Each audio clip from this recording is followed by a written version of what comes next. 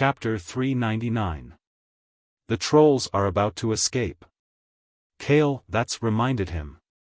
Taking the Amani trolls as an example, one of the reasons why the elves hadn't been able to exterminate them for thousands of years was that forest trolls were natural forest killers.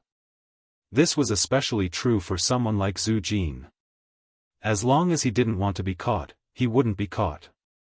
As long as he didn't want to be caught, then even if the best rangers in Kuel Salis were sent to hunt him down, they wouldn't be able to catch him. Before Duke's crazy and unreasonable Yao Yao army appeared, the war in the forest was a battle between trolls and elven rangers. For thousands of years, neither could completely overwhelm the other. Often, when there were too many trolls, they would rush out of the depths of the forest and seek death. When the trolls were killed, they would immediately scram back into the forest to recuperate. This kind of tug-of-war had been going on for thousands of years. Prince Kale, had also heard of the power of the Yao Yao. In terms of early warning, the Yao Yao was indeed powerful. Unfortunately, this annoying little fellow was too slow. In a full-speed pursuit, the Yao Yao was useless. Again, it was easy to break up and defeat trolls, but difficult to annihilate trolls. Compared to the sacrifice of nearly 200,000 soldiers and civilians, defeating a troll army that had lost the support of the orcs was far from enough to satisfy the elves' hatred. Kale, was anxious. Duke shook his head leisurely. The way of a commander, in addition to looking at the overall situation and making the most beneficial choices for one side, is to learn to read people and learn to wholeheartedly believe in experts who are proficient in certain areas. Experts? Everyone has their own strengths. Duke pointed at the fighting Sagunner. Brave and ruthless, the vanguard. Duque then pointed at Aurelia, who didn't forget to command and coordinate the four sides in the fierce battle. Able to fight and control, the general. Duque finally pointed at himself. Able to complete special tasks at special times and places, the specialist. With that, Duque chanted a string of incantations. When Kale, first heard it, he instinctively felt that it was very familiar, because it was the incantation to activate the runestone array buried under Longsong Forest. However, when he listened carefully, he felt that something was amiss. From the middle part onwards, the incantation had been changed beyond recognition. Even if it was the same magical device, different incantations often corresponded to different effects. Kale, really didn't know how Duque knew about this incantation and how he modified it. The prince barely understood Duke's incantation in the language of the High Elves. He changed the word rise to sink and deposit to release. However, more than 30% of the runestones had been destroyed, and most of the arcane energy buried under the forest had been used up. What else could Duque do? In Kale's expectations, it would be difficult to even make a fire with a runestone magic circle, let alone a flame that could incinerate 10,000 people. At this moment, in Duque's perception, the situation was completely different. Lines of data flowed down from Duque's retina like a waterfall, pouring into Duque's vision and imprinting in Duque's mental world at the same time. A large amount of knowledge poured into Duque's head like a force-feeding duck. This should have been a very uncomfortable process, but when all the knowledge was crushed into fragments of memories and continuously rotated at high speed, like rivers flowing into the sea, everything changed, importing geological data of Longsong Forest, comparing the geological conditions of the battlefield, feeding back the magic conditions into a data link, loading the strongest king terrain modification system. Authority, supreme. Kale, who was beside Duque, watched in astonishment as Duque's pupils gradually changed from deep black to the color of flowing mercury. A series of magic waves gradually appeared under his feet, as if the magic circuit on his body extended from his limbs to the city wall, and then from the city wall to the entire battlefield. How is this possible? Kale, cried out in shock. As the ancestors of magic, the biggest difference between the High Elves and the city wall was that they solidified the city wall of Silvermoon City with magic to prevent the wall from collapsing under the effects of high temperatures and low temperatures. Even the Sun King himself, who had built the city wall back then, could not allow his magic to pass through the city wall. This was because the city wall had been reinforced and solidified many times with magic. However, Duque did it. Boom! The large area where the troll stood seemed to have experienced an incomparably violent earthquake. Suddenly, the entire area shook. Standing on the high city wall, Kale, that's and a few counselors of the Silvermoon Council could see the entire battlefield even more clearly. It was as if an indomitable giant beast had chomped down on the area behind the troll. A huge crescent-shaped area suddenly sank by a full 5 meters. No! It's not just 5 meters. It was as if the shapeless behemoth was biting down again, making the 3-kilometer-long semicircular pit even deeper. Boom! There was another loud noise. Every time a loud noise came from the ground, the crack would expand, deepen, and widen. No troll knew how deep the dark trench was, but it was already more than 30 meters wide. No! The trolls were horrified to find that their escape route had been cut off. Before entering the forest again, they first had to face the huge trench that could not be crossed by themselves. At this moment, Duque smiled. Kale, please. Use your flames to make the trolls jump into the trench and go to hell. Kale, that's eyes widened. He suddenly realized that this was the hunt that Duque was talking about. Without hesitation, Kale, that's activated all the magic circuits in his body. His entire body rose into the air and burst forth with a strong light that was enough to dazzle the eyes of every warrior on the battlefield. The power of the flames that flowed out of Kale, that's body was too terrifying. In just a few breaths, he turned into a huge and illusory fire phoenix. This huge creature that was burning with flames slowly floated down from the city wall. It pounced on its flame wings that were wider than the main gate of Silvermoon City. Every time it flapped its wings, it swept up blazing turbulence. Kale, that's did not even have to attack. Just the power of the flames that flowed out was already like a flaming storm that could destroy half of the forest. The High Elves watched as their prince flew over their heads with a ferocious might that could overturn the entire battlefield. They immediately burst into loud cheers that could overturn the clouds in the sky. Long live the Sunstrider! Long live His Highness Kale, that's. Kale, that's activated all the magic circuits in his body, and the various magic treasures of the Sunstrider royal family on his body immediately shone brightly.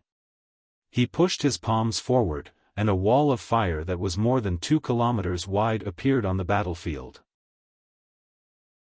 Chapter 400.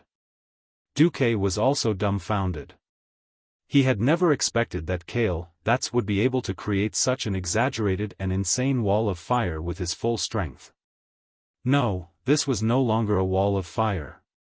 This wall of fire that could move forward should be called wave of fire. Ordinary earth mages couldn't cast wave of fire.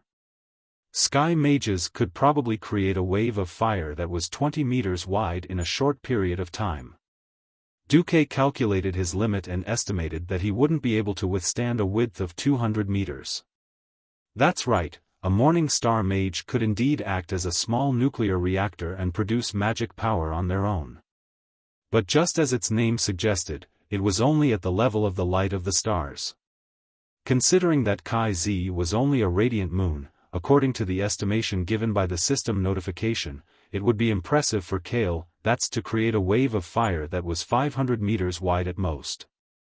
Now that it was 2 kilometers wide, even if it was a short-term spell, it wasn't hard to imagine that the amount of magic and mental strength needed to control the spell was astronomical. Without a large pile of top-notch epic magic equipment, it was impossible to survive. As expected of a nouveau riche. No, it should be said, as expected of an imperial family. The wealth of the Sunstrider Wang family, which had been passed down for nearly 7,000 years, was indeed unimaginable to outsiders. Any low-grade item that they didn't even bother with was enough to cause a civil war among the Dalian pharaoh outside. Second generation Wang, let's be good friends. Of course, Duque, who called himself an honest and reliable gentleman, would never have any ideas about Kale.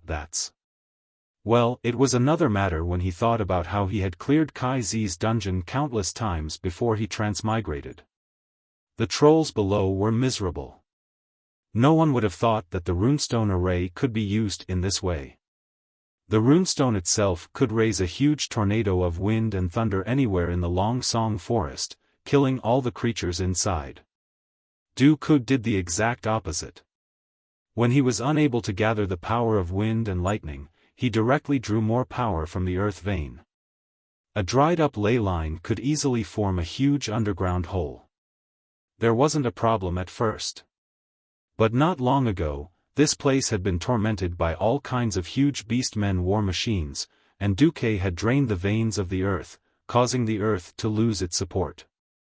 Then, under the system's calculations, it became a perfect trap.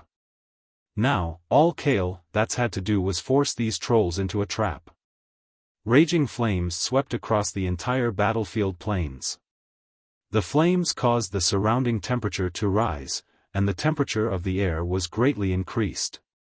Putting aside the sparks that were constantly flying in the turbulent flow, the air was so hot that even breathing it in would cause severe burns. Once the flame landed on any flammable object, it would immediately burst into flames. Under Kale's control, the fire burned everything in its path. A distant memory surfaced in the hearts of every troll. They suddenly realized that they were just like their ancestors, mercilessly driven away by the magic elves. They left the land they stood on, left the homes they lived in, and walked step by step towards death and destruction. The raging flames reminded them of the burned capital of the Amani Empire. The trolls screamed in terror. This scream was like that of their ancestors, filled with panic and despair. No, it can't be like this. Zhu Jin frantically urged the power of his wind, trying to use it to fight against Kale's flames. At this moment, without Kale's reminder, more elven powerhouses took action. The astromancer Caponia merged her flames into Kale's flames. Kale's chief astromancer Solarian did the same thing. It wasn't just them. More members of the Silver Moon Council joined the battle, encouraging this huge wave of fire to sweep toward the trolls. Boom! Boom! Boom! The raging flames roasted everything. This wall of raging flames reminded the trolls of the distant Dark Age, which was passed down by word of mouth from their ancestors. At that time, a forest fire could often destroy a troll clan.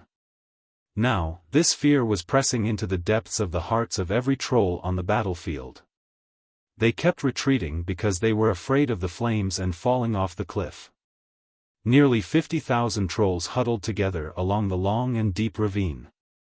All the trolls' hearts constricted from fear, and the screams of their companions in the face of death deepened the chaos of the team. Some trolls began to be pushed down into the deep ravine. This unlucky troll waved his limbs in horror. Blood gushed out from all over his body, and his vision instantly turned from a blazing light to a pitch-black darkness. He unconsciously opened his mouth, letting the wind rush into his lungs as he fell. After falling for an unknown number of seconds, he lost consciousness under the impact of an indescribably violent force. Shrill cries came from the deep darkness, echoing continuously, making it impossible for them to judge how deep this ravine was. Panic spread further. The wave of fire was getting closer and closer. Some trolls recklessly rushed into the wave of fire, trying to rush through it to vent their final anger on the elves.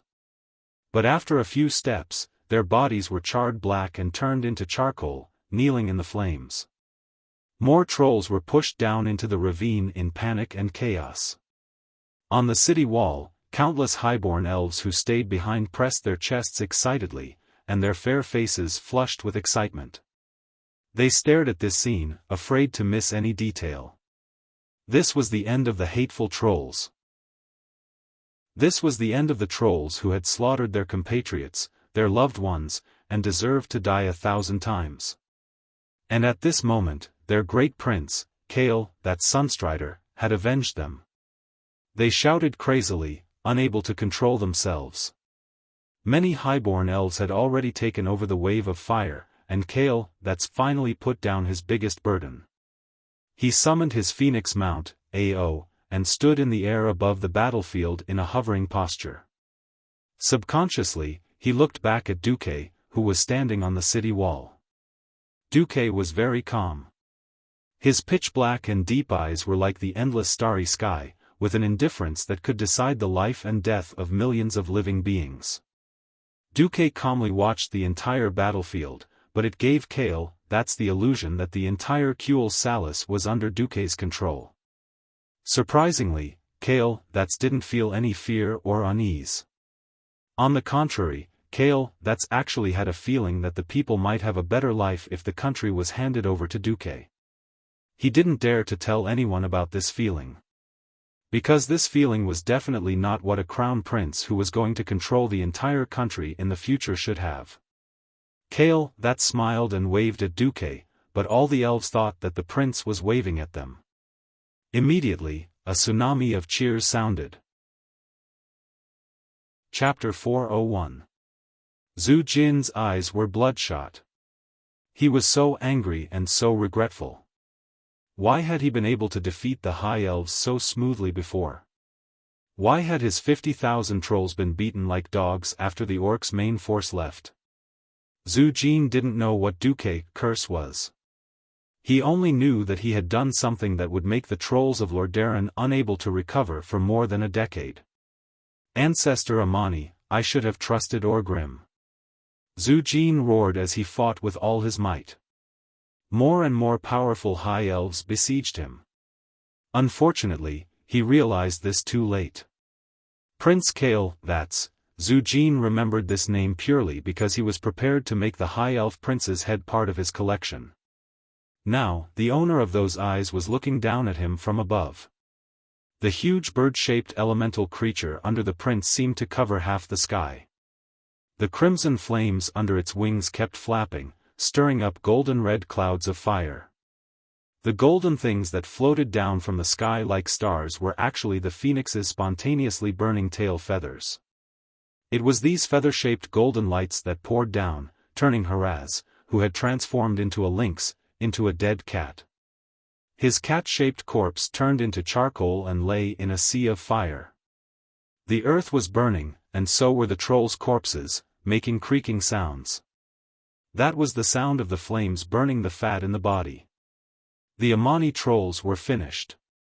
The Mossfleck trolls were finished. Almost all the forest troll clans in Lordaeron had suffered heavy losses. Go!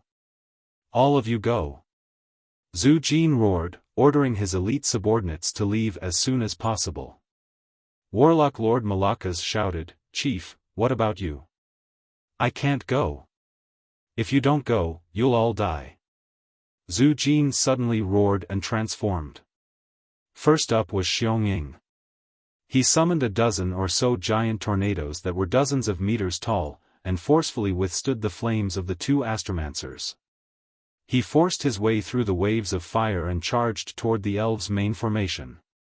These weren't ordinary tornadoes. There was a strange turbulent flow of energy in the wind. Energy turbulence, this strange power was similar to the mage's magic counter. However, magic counter could at most disrupt the stability of arcane energy and stop a mage from casting spells, but energy disturbance was completely different. The two astromancers were still able to cast powerful spells, but every time they cast a spell, they would suffer from the backlash of the turbulent energy. To their surprise, they discovered that Zhu Jin's power could penetrate most of their external defensive spells and hit the magic shields that were closest to their bodies. The two female arcane masters were taken aback. Sasha! Duque ordered softly. Windrunners OL-3 immediately flew forward to intercept Zhu Jin. Although the eagle could summon strong winds, this form was a form that was completely against spellcasters. Sasha's high affinity with the wind allowed her graceful figure to easily move through the seemingly irregular tornadoes, dealing considerable damage to the eagle-shaped ancestral metal that was flying towards her at high speed. Humph! Zhu Jin spat. He transformed from a male eagle to a dragon eagle. Don't assume that both of them were eagles. They were actually two completely different life forms. The dragon eagle Zhu Jin no longer used tornadoes. Instead, he summoned huge pillars of flames and bombarded towards Sasha. Sasha was in a sorry state. Dealing with powerful spells was not her forte. However, at this moment, Prince Kale made his move. Like a god of fire descending from the sky, Kale landed on the empty space between Zhu Jin and the elven army on his phoenix. His mount, Ao, merely flapped its wings and made all the flames within a radius of several hundred meters obey its command. They obediently and humbly lay on the ground. Zhu Jin's pupils suddenly contracted. From the twitching muscles at the corner of his eyes, one could tell how menacing his expression was under the mask. Let me show you my new style. Fangs and claws. Zhu Jin transformed again. This time, he was a mountain cat. Zhu Jin actually attempted to circle around Kale and continue killing towards the elven army. Everyone knew that the mountain cat form was definitely a high-speed form. If Zhu Jin was allowed to break through the defense and kill his way into the High Elves formation, there would definitely be a lot of casualties. For a moment, Kale didn't have any good ideas about Zhu Jin.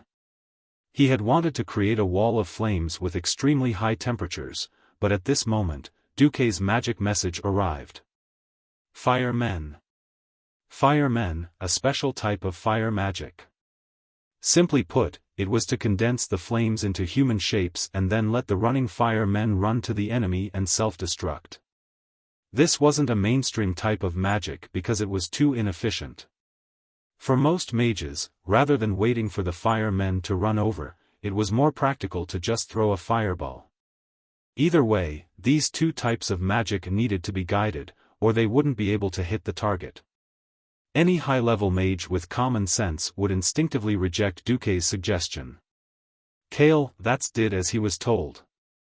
It was purely because he blindly worshipped and followed Duque. When dozens of fire men appeared behind Kale, a miracle happened. It seemed that the cat's unique dirty hands were acting up, or it seemed that after activating a certain skill, even Zhu Jin couldn't control his movements. The cat that Zhu Jin had transformed into, mountain cat, actually scratched those fire men. Bang, bang, bang. A series of dozens of huge explosions blew Zhu Jin up, and the huge mountain cat flew out. What's going on? No one could understand. Anyway, Prince Kale had the upper hand, and everyone just cheered. Huge waves of cheers came one after another. Zhu Jin finally turned into a giant bear, attempting to resist the prince's flames and charged towards the elven army. This was obviously futile. The prince was never afraid of a head-on confrontation. He was afraid that you would slip away and disappear. 12 huge fireballs surrounded Kale, at the 12 o'clock position. With a light turn of his arm, 12 consecutive fireballs blasted towards Zhu Jin. Boom, boom, boom, Zhu Jin resisted with all his might. Unfortunately, he didn't last long under the crazy bombardment of the next Elven King.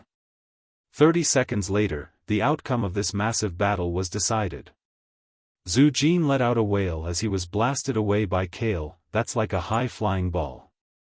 His huge bear-shaped body dissolved in midair, and finally turned into a human form as he fell. The impact of his fall was so great that he even smashed an arcane guard in an instant. However, the spikes in front of the arcane guard didn't make him feel any better, causing Zhu Jin to turn into a bloody man at the same time as he destroyed it. Dozens of elven soldiers went up and quickly tied up Zhu Jin. Chapter 402. The sound of Zhu Jin hitting the arcane guards was so loud that the entire ground seemed to let out a cry of pain at that moment. However, this was the last sound of battle on the battlefield. Apart from a few troll powerhouses who had been strengthened by the storm altar and used the power of wind to fly across the huge crack in the ground, 99% of the trolls were left behind. In the huge crack, the groans of the trolls could still be heard.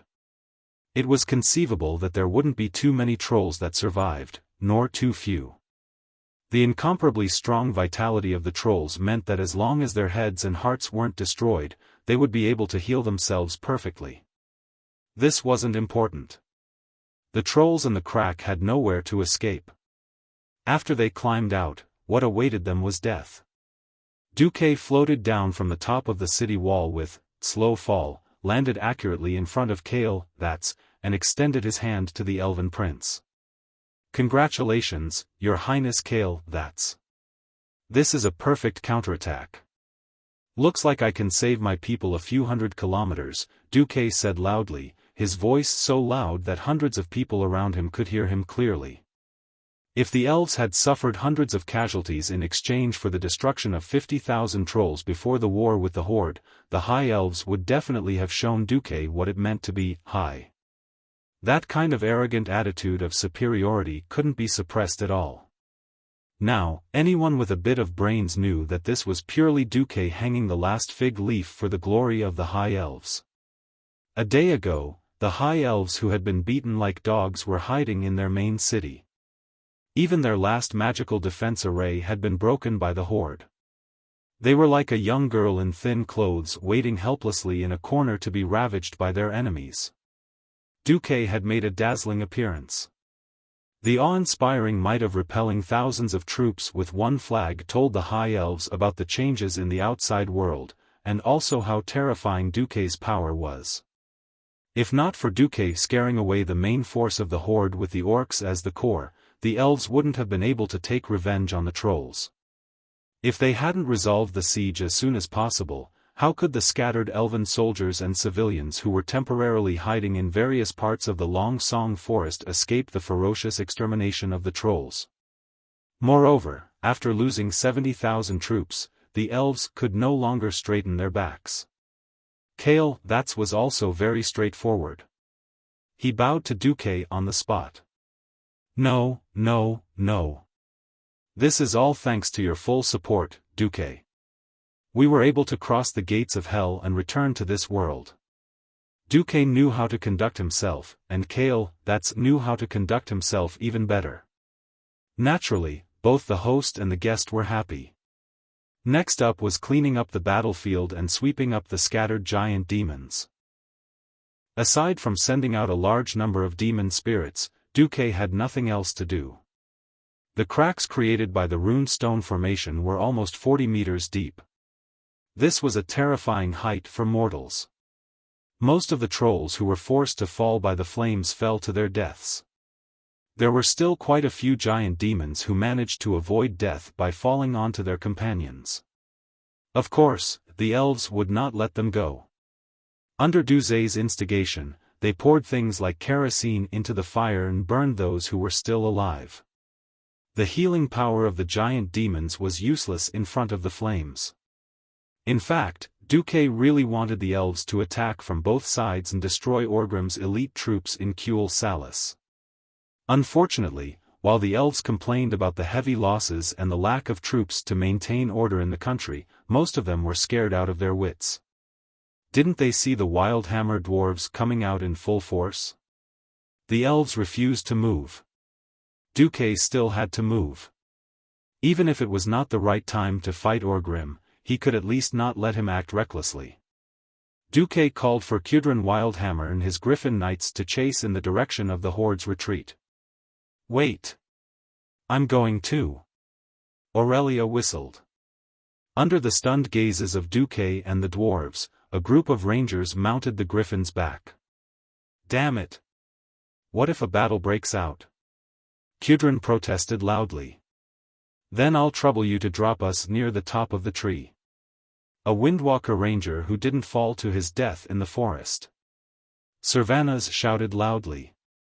Aurelia hugged Duque's waist from behind. "Thank you for solving the giant demon crisis, but I don't know why, but I'm a little worried about what Orgrim will do." This was exactly what Duque was worried about. Running away like a dog with its tail between its legs was not the style of the beast men. The griffin's speed was very fast. Flying at full speed at 70 to 80 kilometers per hour was not a problem. Of course, considering the griffin's endurance and food supply, flying at 60 kilometers per hour was the most ideal. If the griffin really flew at full speed, he would need to at least get a whole cow to replenish it. Where would he find 1,000 cows in Kuel Salis? That evening, when he saw the light in the distance reaching the horizon, Duque's worst prediction appeared: a fire in the Long Song forest. It was the middle of summer, the time when forest fires were most likely to happen. From afar, dozens of flames could be seen rising from the southern part of the Long Song forest. Obviously, this was not a natural fire at all. "Orgrim, you bastard!" Aurelia's pretty face was filled with anger and sorrow, and within a few breaths, her tears were all over her face. Not only her, but all the elves in Duque's vision also showed expressions of grief and despair. Duque was silent. As a transmigrator from a metropolis, he might never learn the rangers' love for nature. He also could not understand the grief they felt after the forest was burned, as if they had lost their loved ones. It was obvious that the horde had left after the fight with the giant demons last night. But after Orgrim had the horde march slightly out of the Long Song forest, he aimed at the direction of the wind and set fire. The more densely packed areas were obviously the work of the wolf riders, and it could be seen that the fires were more concentrated. If he wasn't wrong, it would be the work of Zulahid's red dragon. The rolling flames swept across the front of the forest like a huge wave. The intense heat evaporated every trace of moisture in the air, and the forest swayed like a mirage under the light of the setting sun. There were many black spots swaying back and forth in the sky, spitting out long beams of light. There was no need to guess, those were the wyverns. Although the lush Long Song forest did not lack rain in the summer, and the trees had just been soaked by the rain, they were instantly burned to ashes by the blazing hot dragon breath. The thick black smoke, coupled with the darkness of the night, began to block the sun. The flames showed no signs of stopping, and followed the hot summer wind to engulf the trees further away. Although it was not enough to destroy them instantly, it was enough to set them ablaze. The fire spread endlessly in all directions, engulfing one tree after another. It was like a plague that was spreading at high speed. Chapter 403. Almost all the griffins let out sharp screeches when the heat wave from the fire hit them head-on. Even though they were the strongest in the sky, griffins were still instinctively afraid of fire. No, it should be said that this was the instinct of most creatures. Fly to the west. The leader of the Wildhammer dwarves, Kudrin, quickly made a hand signal. Only about half of the griffin knights reacted and flew sideways with Kudrin. A considerable number of griffins had to hover or fly back to find a way out. When Duque flew to the west where the air was slightly fresher, he pulled the reins of the griffins and let them hover gently, giving him and Aurelia enough time and space to watch the terrible disaster in front of them. It was different from when Duque burned down the elven forest. At that time, the elven forest was completely occupied by the enemy. And humans did not have as many thoughts as the elves. But now it was different. When Duque squinted his eyes to reduce the strong light entering his eyes, Aurelia unconsciously tightened her grip on Duque. It was a strength that was far above that of Duque's. The strength of her arm was so strong that it felt like it could squeeze Duque's internal organs out. "Quick, stop this fire!" She shouted as if she had gone crazy and shook Duque's body forcefully. "Duque, aren't you omnipotent? Hurry up and stop this damn fire." "I can't do anything." Duque really wanted to say that. He was not a druid, nor was he the Virgin Mary, nor was he a savior. He was just a mage who was more good at destruction than creation. But listening to the mournful trembling in Aurelia's voice, Duque only felt that his heart was also broken. The giant dragons were like playing bats, hovering low in the sky in front of them. Wherever they passed, there was a raging fire spreading. Perhaps these red dragons were unwilling to listen to the orcs' control at first, but as time passed, it was clear that some of the red dragons also accepted this identity. Under the orcs' guidance, they released the tyranny in their hearts. In his field of vision, half of Kuel Salus was burning. The flames and smoke were like a cage of destruction, tightly enveloping the home of the High Elves.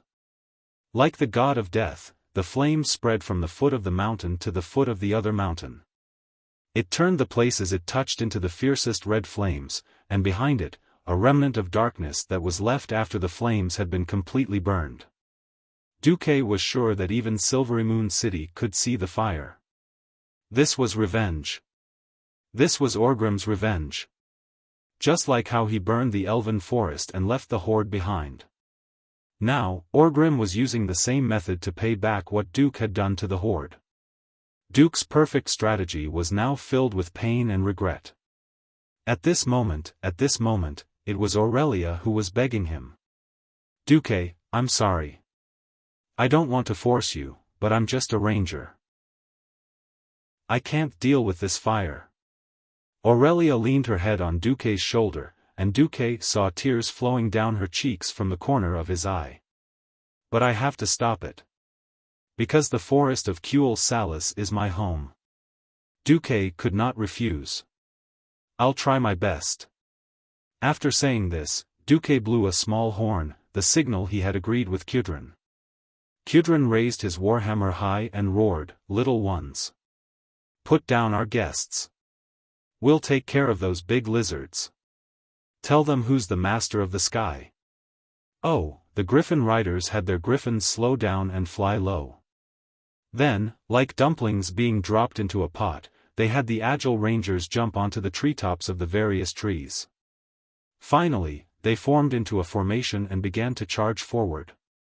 Even though they knew that this would be accompanied by sacrifices, Duque directly jumped down, because he saw a river a few hundred meters away from the front of the fire. The river was about 5 meters wide, and the water was quite turbulent.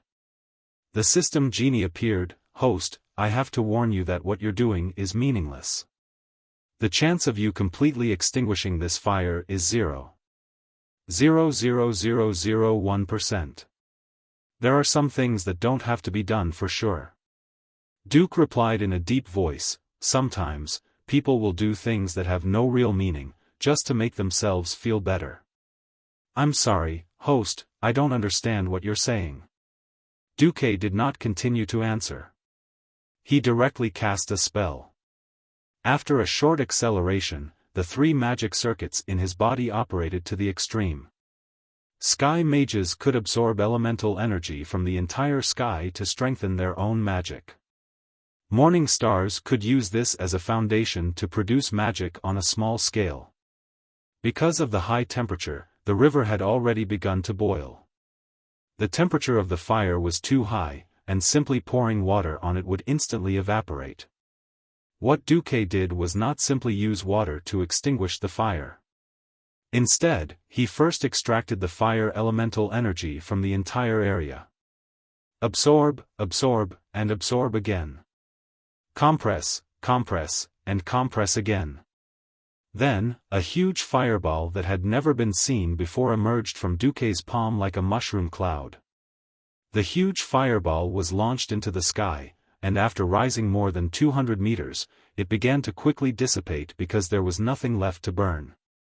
After extracting the fire elemental energy, the temperature of the air within a radius of several hundred meters in front of Duque plummeted, and some areas even had frost covering the ground, which was out of season. Duque. Good job. On the griffin, Aurelia unskillfully controlled Duque's griffin. But very soon, whether it was her sisters, or even the ranger she brought, they all began to fall silent. Duque was very powerful.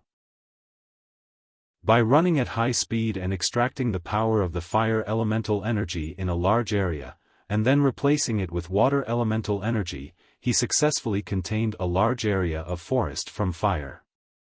However, his power alone was still too insignificant. So what if he prevented a 2 or 3 kilometer area from being burned? In just a short 10 minutes, the fire had already spread for hundreds of kilometers.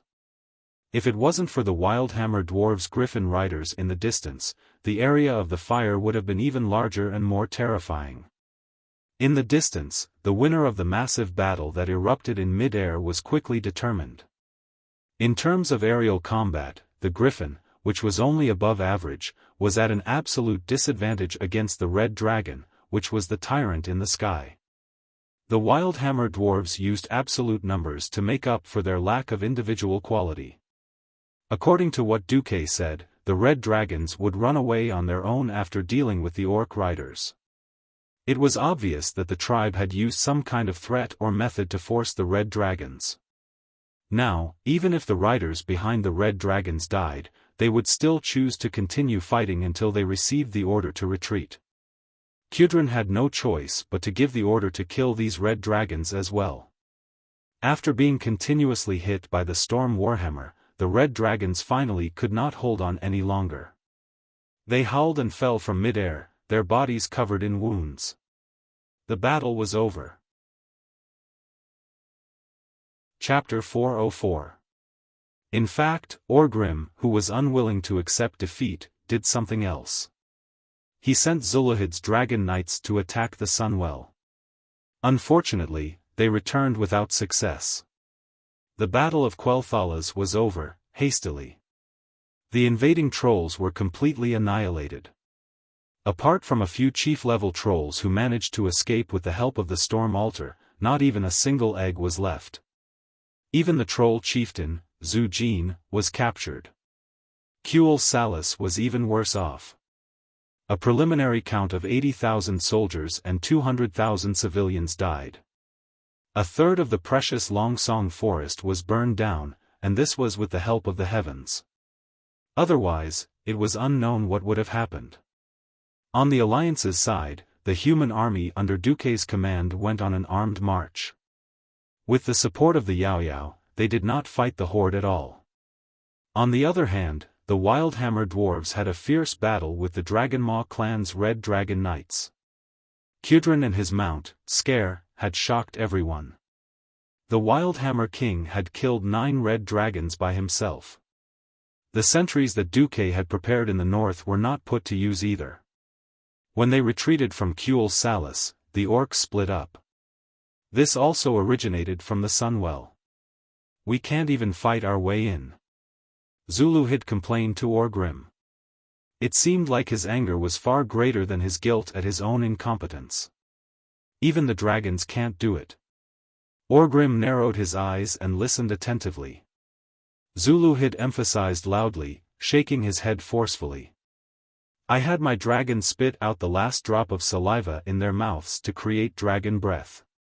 Their flames have already enveloped the entire city. But so what? We are like fools roasting a rock. No matter how fierce the fire outside is, it will never reach the inside. I tried to let them charge in, but their claws were blocked by an invisible barrier. That's the Sunwell. Gul'dan interrupted Zuluhid. It is the source of magic for the elves. It provides them with endless energy. Fortunately, you did not really charge in. Otherwise, the elves with the Sunwell could cast almost limitless spells and smash 1,000 fireballs into your face. Zuluhid was speechless. Orgrim, on the other hand, was deep in thought. Looks like I was right not to attack Silvery Moon. Even if the horde gathered 100,000 people, it wouldn't be enough to take down Silvermoon City. They would have to deal with the Alliance first before they could take down the stronghold. However, putting aside the elves for now did not mean that they would not have to deal with them in the future.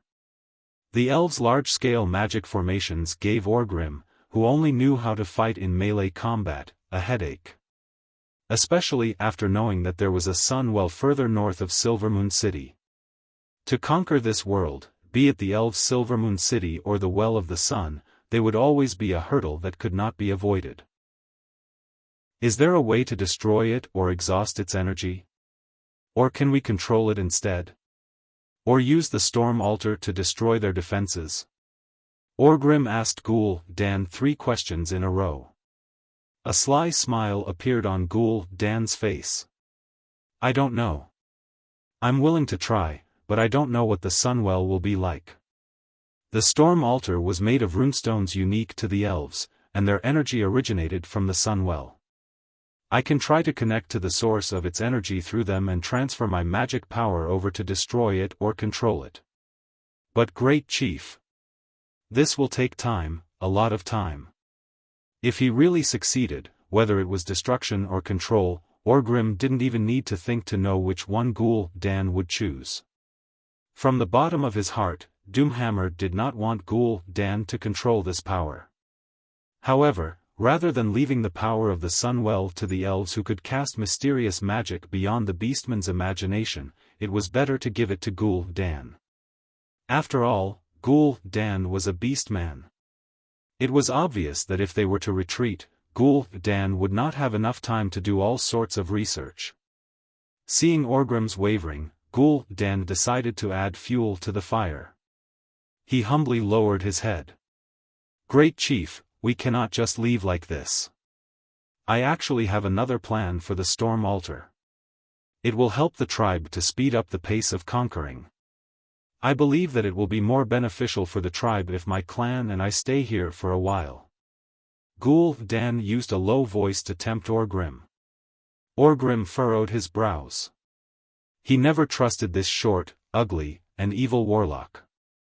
However, the pressure that the humans and high elves put on the tribe was too great.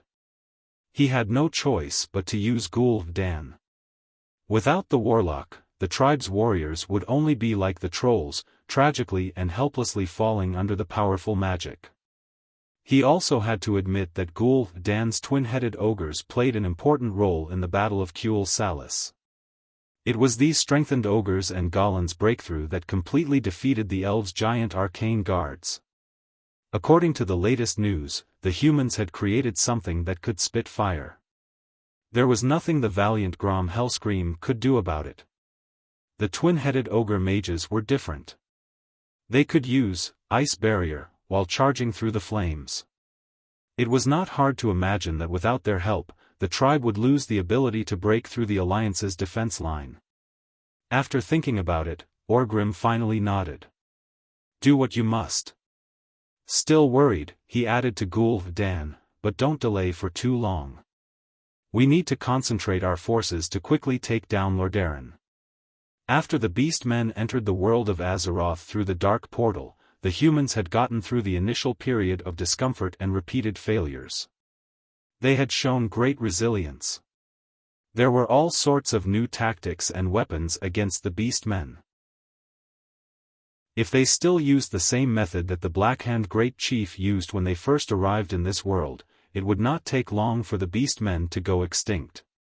The humans were improving, and the beastmen had to improve as well. When they reached the northern continent of the Eastern Kingdom, which was also the Lordaeron continent, Orgrim realized that the things he had to do had changed a lot. He began to pay more attention to information. If they had enough information, the tribe wouldn't have foolishly attacked one city after another. They would also not foolishly attack the farthest elven kingdom just to get the trolls as an ally. The 8 countries had only attacked Stormwind City. If they attacked the other cities one by one, how long would that take? Orgrim decided to change the tribe's plan and attack the Lordaeron kingdom directly. I won't delay for too long, Ghoul Dan assured Orgrim. Ghoul Dan assured Orgrim and grinned. If it really doesn't work, I'll make another storm altar to strengthen it and the army will come. Chapter 405. Orgrim took away almost all of the two-headed ogres and Galen, but he did not see Ghoul Dan and his Storm Predator clan or Gugger's Twilight Hammer clan. After wandering in the mountains for 3 days, Orgrim decided to change the route of the march. He bypassed the northern sentinels and returned to the north of the hinterlands from the original settlement of the Mossy Troll clan. He was prepared to attack Lord Darren through a route that no one in the alliance could have imagined. Duque should have responded immediately. However, the rapid march over the past few days made Duque's troops quite tired. He could only order a 3-day rest. At this time, the High Elves held a banquet. Yes. A celebration banquet to celebrate the victory against the invaders. When he first heard the news, Duque felt like he was in shock. Celebration? What celebration? 300,000 High Elves died, and almost 1/3 of the High Elves perished. They only killed 50,000 trolls, and they still had the cheek to call themselves the victors of the war? Sorry. It is precisely because our losses were too heavy that Father and all the councillors agreed to hold a grand banquet to celebrate the victory and raise the morale of the people. Kale, that's said to Duque with an apologetic expression, almost begging. Also, this will be the signing ceremony for Kuel Salas to officially join the Lordaeron alliance. Since it was an official joining, Duque, as the highest representative of the alliance, naturally had to attend. That feeling was like asking you to eat a fly. Do you want it fresh? Or do you want it original? They had already been beaten like a dog, yet they still wanted to pretend to be peaceful and show off their power. Wanting to save face and suffering was the best way to describe Quell Dorii, High Elves, but the ones who suffered were the civilians. Beside him, Alicia quietly tugged at the corner of Duque's clothes. Duque finally swallowed his anger and nodded in agreement. After waiting for Kale, that's to leave, Alicia sighed and said, "Sorry, Duque, I know you are not used to it yet.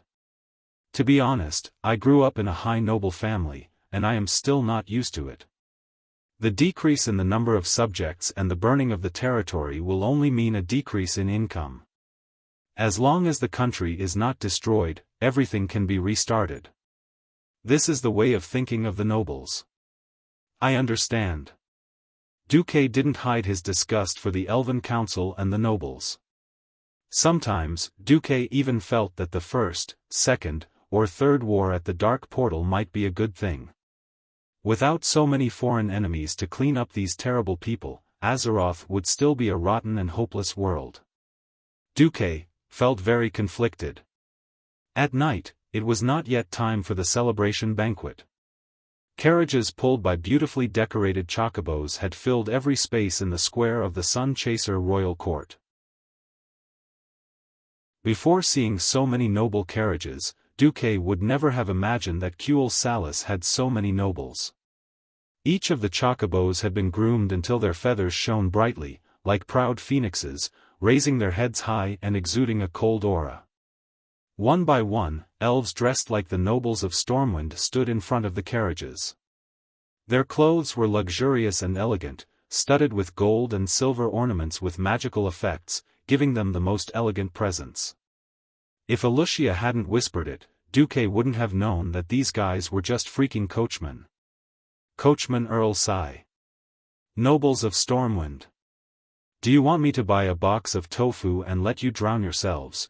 This extreme luxury caused Duque to be dumbstruck. The Sunstrider royal court, which was decorated in the palace style of the Sunstrider royal family, was ablaze with lights. The bright magic lights made the palace, which was filled with round towers and was mainly colored in white, red, and gold, look splendid. Crossing a huge red carpet that was more than 20 meters wide, Duque led Alicia, who was attending as a female companion, hold his hand as they slowly walked up the steps.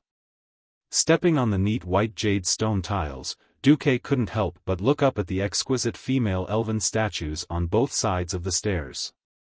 These statues were either literary or martial, and with lifelike carving lines and passionate movements, they eulogized the greatness of the Sun Chaser royal court. They arrived at the entrance of the hall.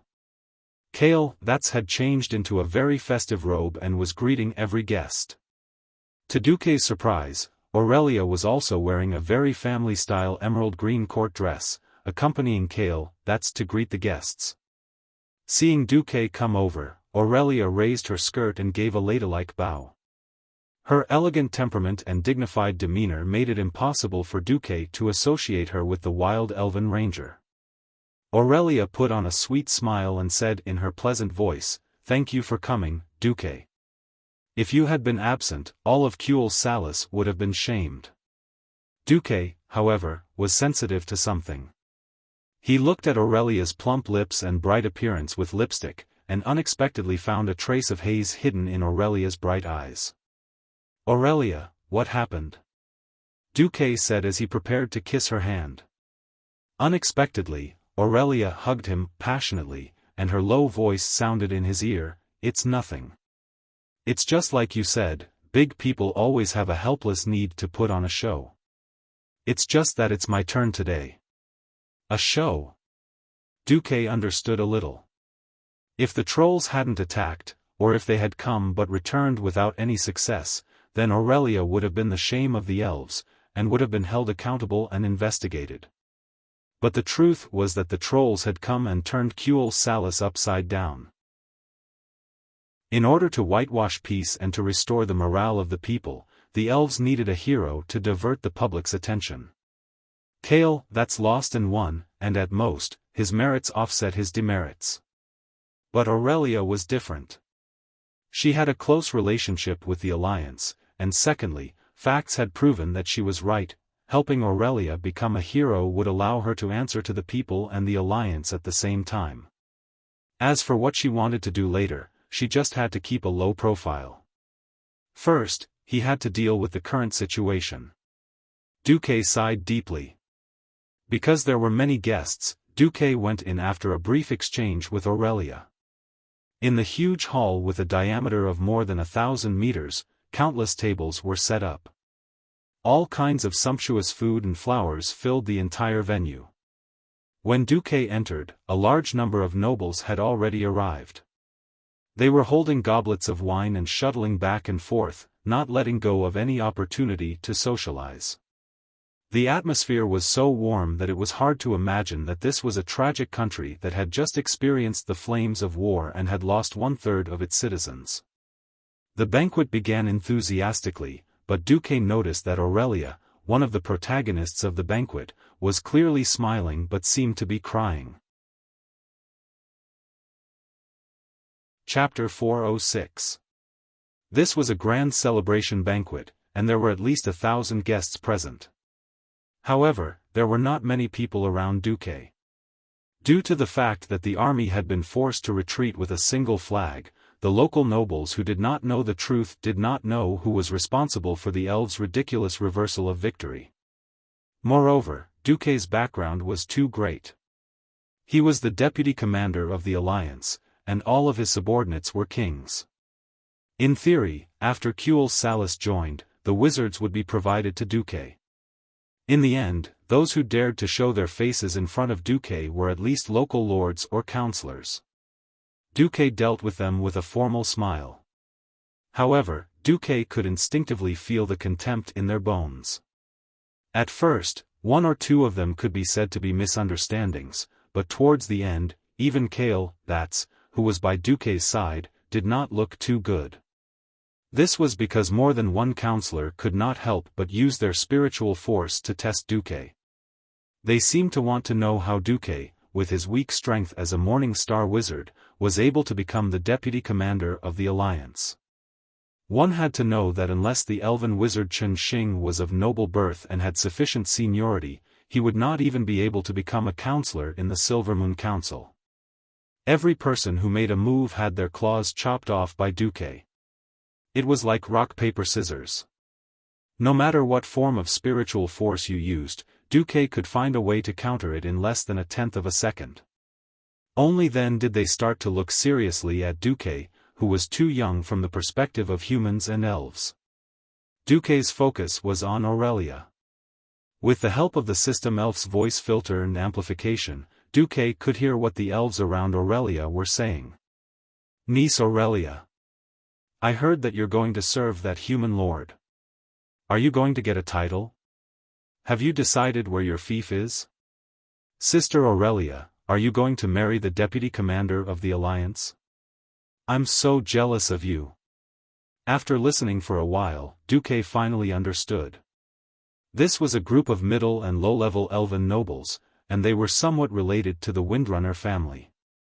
He was different from those high and mighty upper-class nobles who flaunted themselves at their own cost. The nobles with fiefs in the southern part of the Long Song forest suffered the most this time. The forest, which had not changed for thousands of years, was burned down, and a large number of people were killed. It seemed that the royal family and the parliament members, who had also suffered heavy losses, did not intend to support these poor people. The bitter days ahead were predictable. Cuel Salis was also situated in an awkward location. It occupied the northernmost part of the continent, and bordered the continent's most powerful human kingdom, Lordaeron, in the south. There was no room for expansion at all. If they couldn't survive, the hearts of the people would naturally change. They tried their luck and came to Illyria to find out what was going on. Aurelia was embarrassed.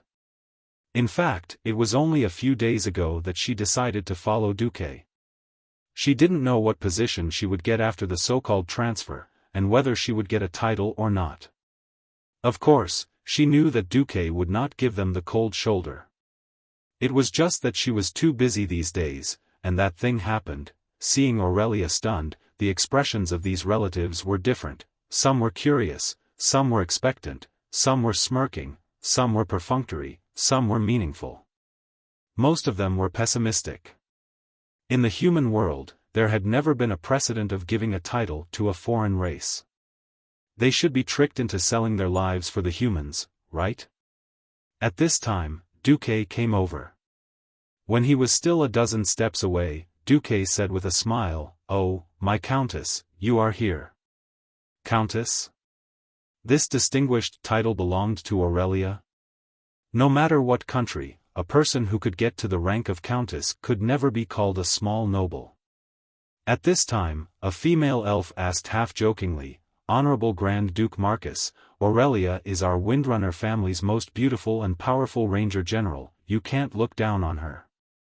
Don't tell us that Aurelia can't even get a piece of land. How is that possible? Aurelia is the most important person to me." Duque did not hesitate. In front of these long-eared elves, he took out a certificate of land. On it was an autograph of King Lang and the royal family's fire seal. Seeing that Duque's theoretical fief was so huge, all the elves were shocked. "Well, as you wish. By the way, let me tell you, my Countess of East Elven Forest fief is here." Duque gently held Aurelia's hand with his left hand and circled the map with his right. This circle did not scare the elves to death.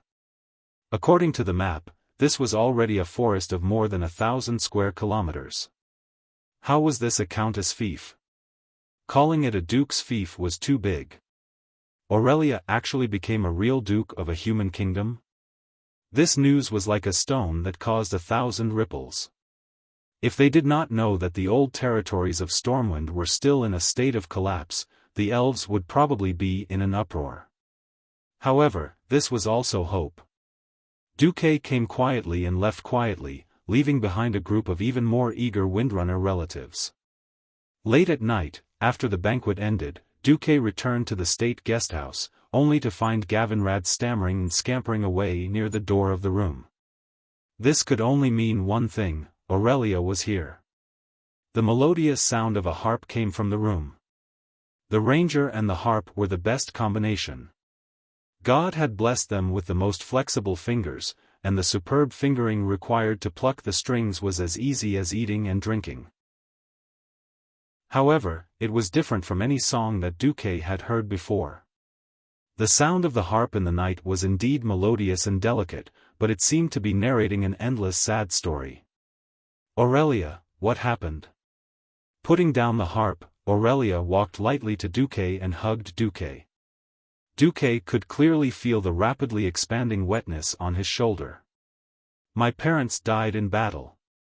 It was a light sentence, but it was like a bolt from the blue to Duque. According to Duque's memories of Aurelia's history, the one who should have died in battle was her youngest brother, Rira's. Now that Lilith was fine, Duque had confirmed it repeatedly before the banquet. Who knew that it was her parents who had sacrificed themselves? Didn't I repeatedly tell you to evacuate your relatives? Duque's body trembled along with Aurelia's. Yes, they actually arrived at Silvermoon City a long time ago, but they went back without us knowing. As a Ranger Lord. Aurelia choked. I know that this is their responsibility and their honor, but I can't control myself. Tonight, I feel so uncomfortable that I'm going crazy, but I have no choice but to pretend to be the most dignified and noble. I have to put on a smile to face all the guests and deal with the distant relatives who can't live on anymore. Chapter 407. No wonder. No wonder. No wonder, Duque had heard Aurelia play the harp more than once. Most of the time, he could tell that Aurelia was singing about the beautiful life of the elves in Quel Thuraz, reminiscing about the peaceful days when they walked in the forest. Most of the time, he could tell that in order to protect this beauty and peace, Aurelia did not hesitate to risk her life. But now, the beautiful forest in her hometown were burned to the ground, and her parents died in battle. Duque had never experienced the sudden death of a loved one, and he could not understand how it felt to have a loved one who had accompanied him for thousands of years suddenly die. At this moment, Duque fell into a state of remorse and self-blame. He had never seen Aurelia's parents, and he did not imagine what kind of situation it would be after seeing them. But the Aurelia in front of him, drowned in tears and sorrow, really existed. Looking at that beautiful and sad face, Duque's self-blame in his heart grew heavier. If only I had done a few more steps, even if I had to tie them up, to ensure the safety of Aurelia's parents, then it would have been better. If only I had not allowed the tribe to attack Cuel Salis, perhaps such a tragedy would not have happened. If only, after coming to this world, especially after becoming the Alliance's deputy commander, Duque had told himself more than once that he was a man of great things. For the future of himself and Azeroth, he could not be soft-hearted. It was with such a mentality that Duque could calmly look at the life and death of tens of thousands of people, or even hundreds of thousands of people.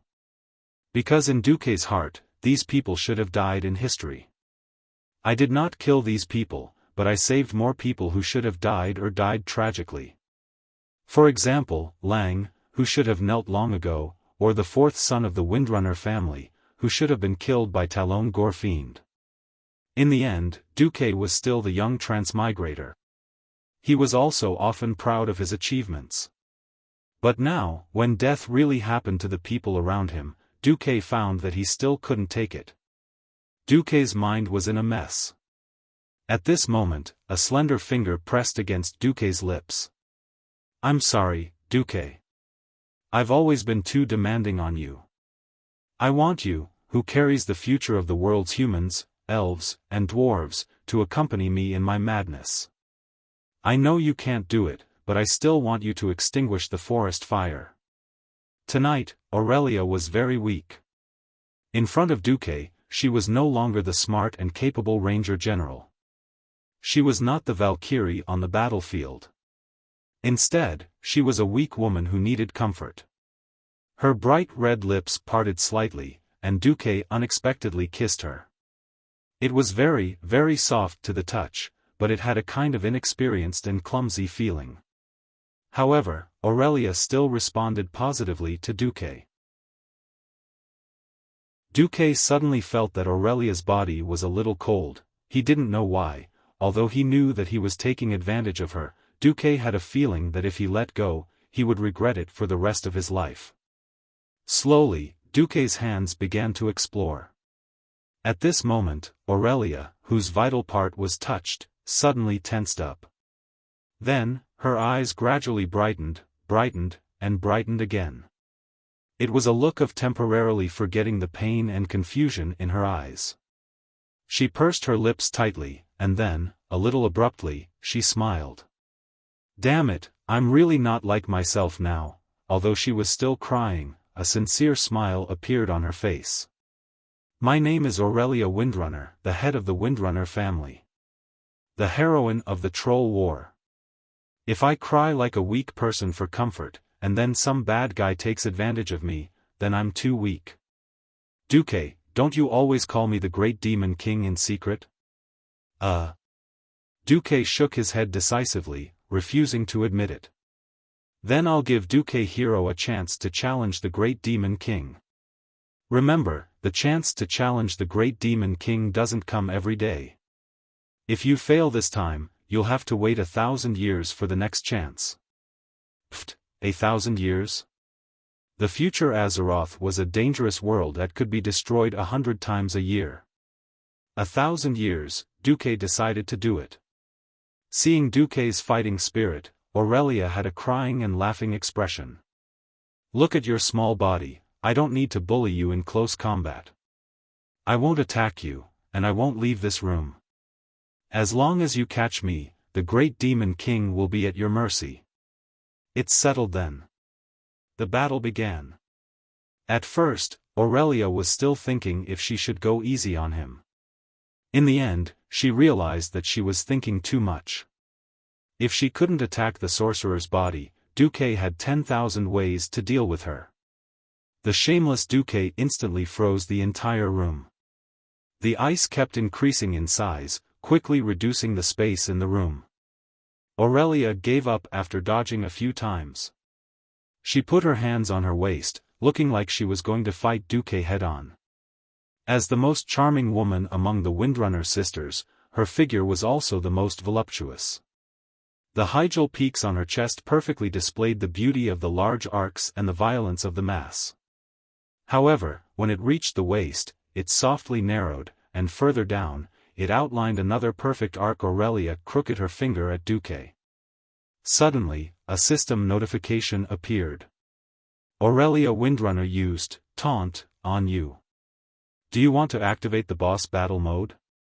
Duque randomly clicked a yes. The host has transformed and temporarily switched to a warrior. You used charge on Aurelia. You received 10 rage points. Aurelia is trying to use her strength to suppress you. You used armor break on Aurelia. Even though Duque had only played as a warrior for a few days before he transmigrated, he knew that a warrior could quickly establish aggro on a boss and make the boss only attack them. You used armor break on Aurelia. You destroyed her outer armor. You used armor break on Aurelia. You destroyed her chest armor. You used armor break on Aurelia. You destroyed her crotch armor. After 3 armor break the warrior Duque realized that he couldn't use armor break anymore because there was no place to use armor break. At this time, Duque's attacks didn't seem to be going smoothly. Aurelia smiled lightly. Your attack was parried by Aurelia. She used counter storm on you. Your armor value has already fallen to a dog. At this time, Duque shouted in his heart, Hey, system elf, is there any way to increase my strength? I want to crush this woman. Host, you can try to use the magic circuit to control your body, but this will. Duque didn't hesitate for even half a second and did as he was told. Suddenly, Duque realized that his strength was completely above Aurelia's. Faced with Duque who suddenly took the wrong medicine, Aurelia's expression changed greatly and she hurriedly tried to retreat. The boss Aurelia is trying to escape. Do you want to give chase? The system elf asked considerately. Nonsense. Of course I want to give chase. However, I really haven't seen such a stupid boss. She actually exposed her back. The next moment, Duque temporarily changed his profession to thief. He directly locked Aurelia's waist and used the thief's godly skill, backstab, on Aurelia. The system notification came again. Congratulations, you have obtained the first blood of the great demon king Aurelia. Ah! Duque, you be *****. Aurelia scolded. Duque used his temporarily obtained strength to completely suppress Aurelia. He directly used 998 consecutive backstab on Aurelia. Chapter 408. This was a touching battle between the hero and the Demon King. At the end of the battle, the great Demon King cried. She told all her grievances, sadness, and unhappiness to the brave man who had conquered her. Then, there was the inexplicable battle between the hero and the Demon King. Until she was exhausted, the sun shone into the room. The ice around the room was like a prism, reflecting the light of dawn. As if waking up from a hangover, Aurelia pushed away the thing that was pressing down on her and making it hard for her to breathe. She looked into the distance. The room was sealed in ice.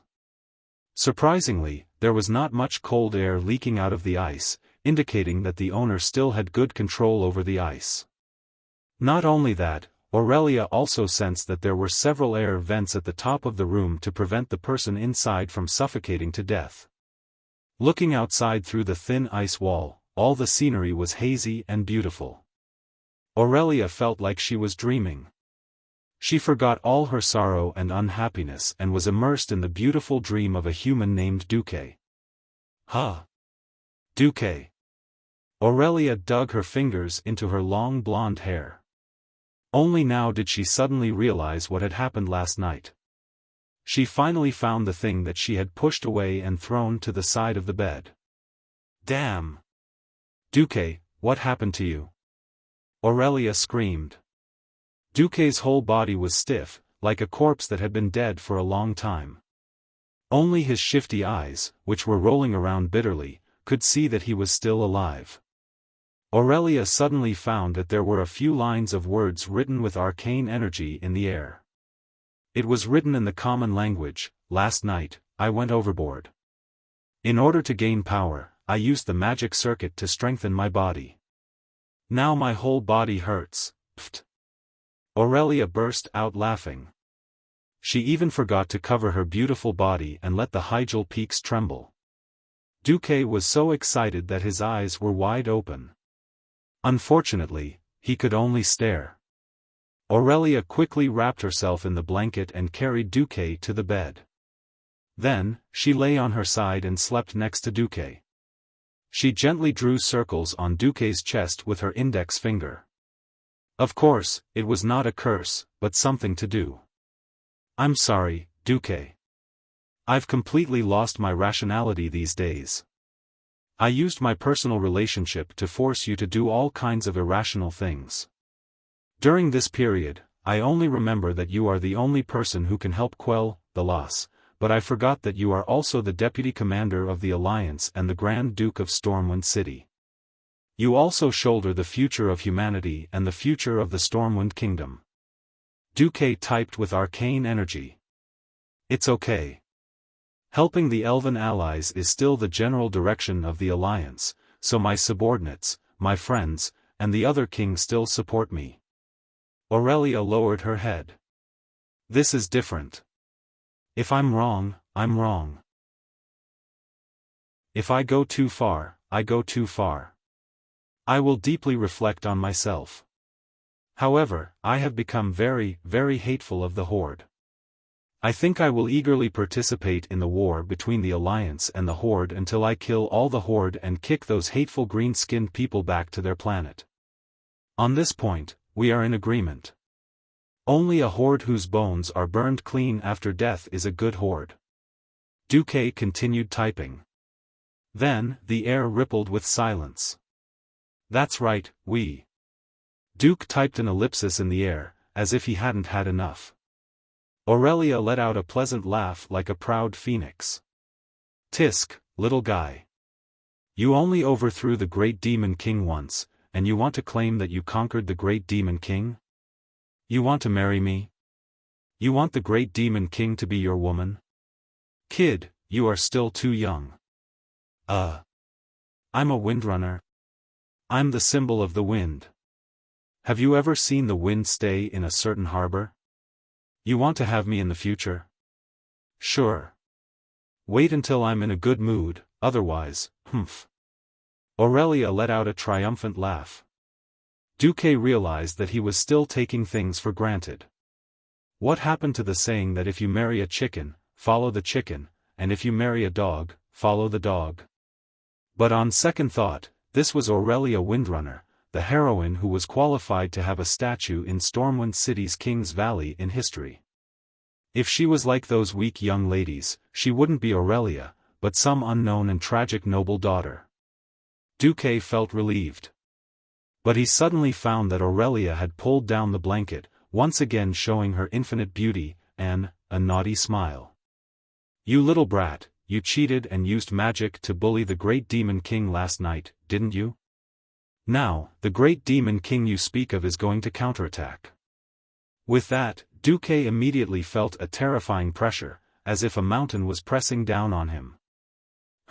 It was as long as 3 seconds. Aurelia was actually also an idiot. Duque had gone overboard, but so had she. It was as if she wanted the pain in her body to surpass the pain in her heart. She fought with all her might last night, but now she was in excruciating pain. She just wanted to bully Duque, but the moment she touched him, she rolled on the bed in pain. In the end, the two of them stared at each other until the sun was high up in the sky before they recovered. They tidied up their clothes in embarrassment, like prisoners going to the execution ground, facing the gazes outside. The only good thing was that there weren't many people outside, just 2. One was the little handmaiden Vanessa, who was expressionless on the surface and looked at Duque as if she was looking at a villain, with disdain in her eyes. The other was Lucia, who was elegantly sipping the best black tea while waiting for Duque. Seeing Duque and Aurelia come out together, and glancing at their expressions, Lucia seemed to have an indescribable feeling.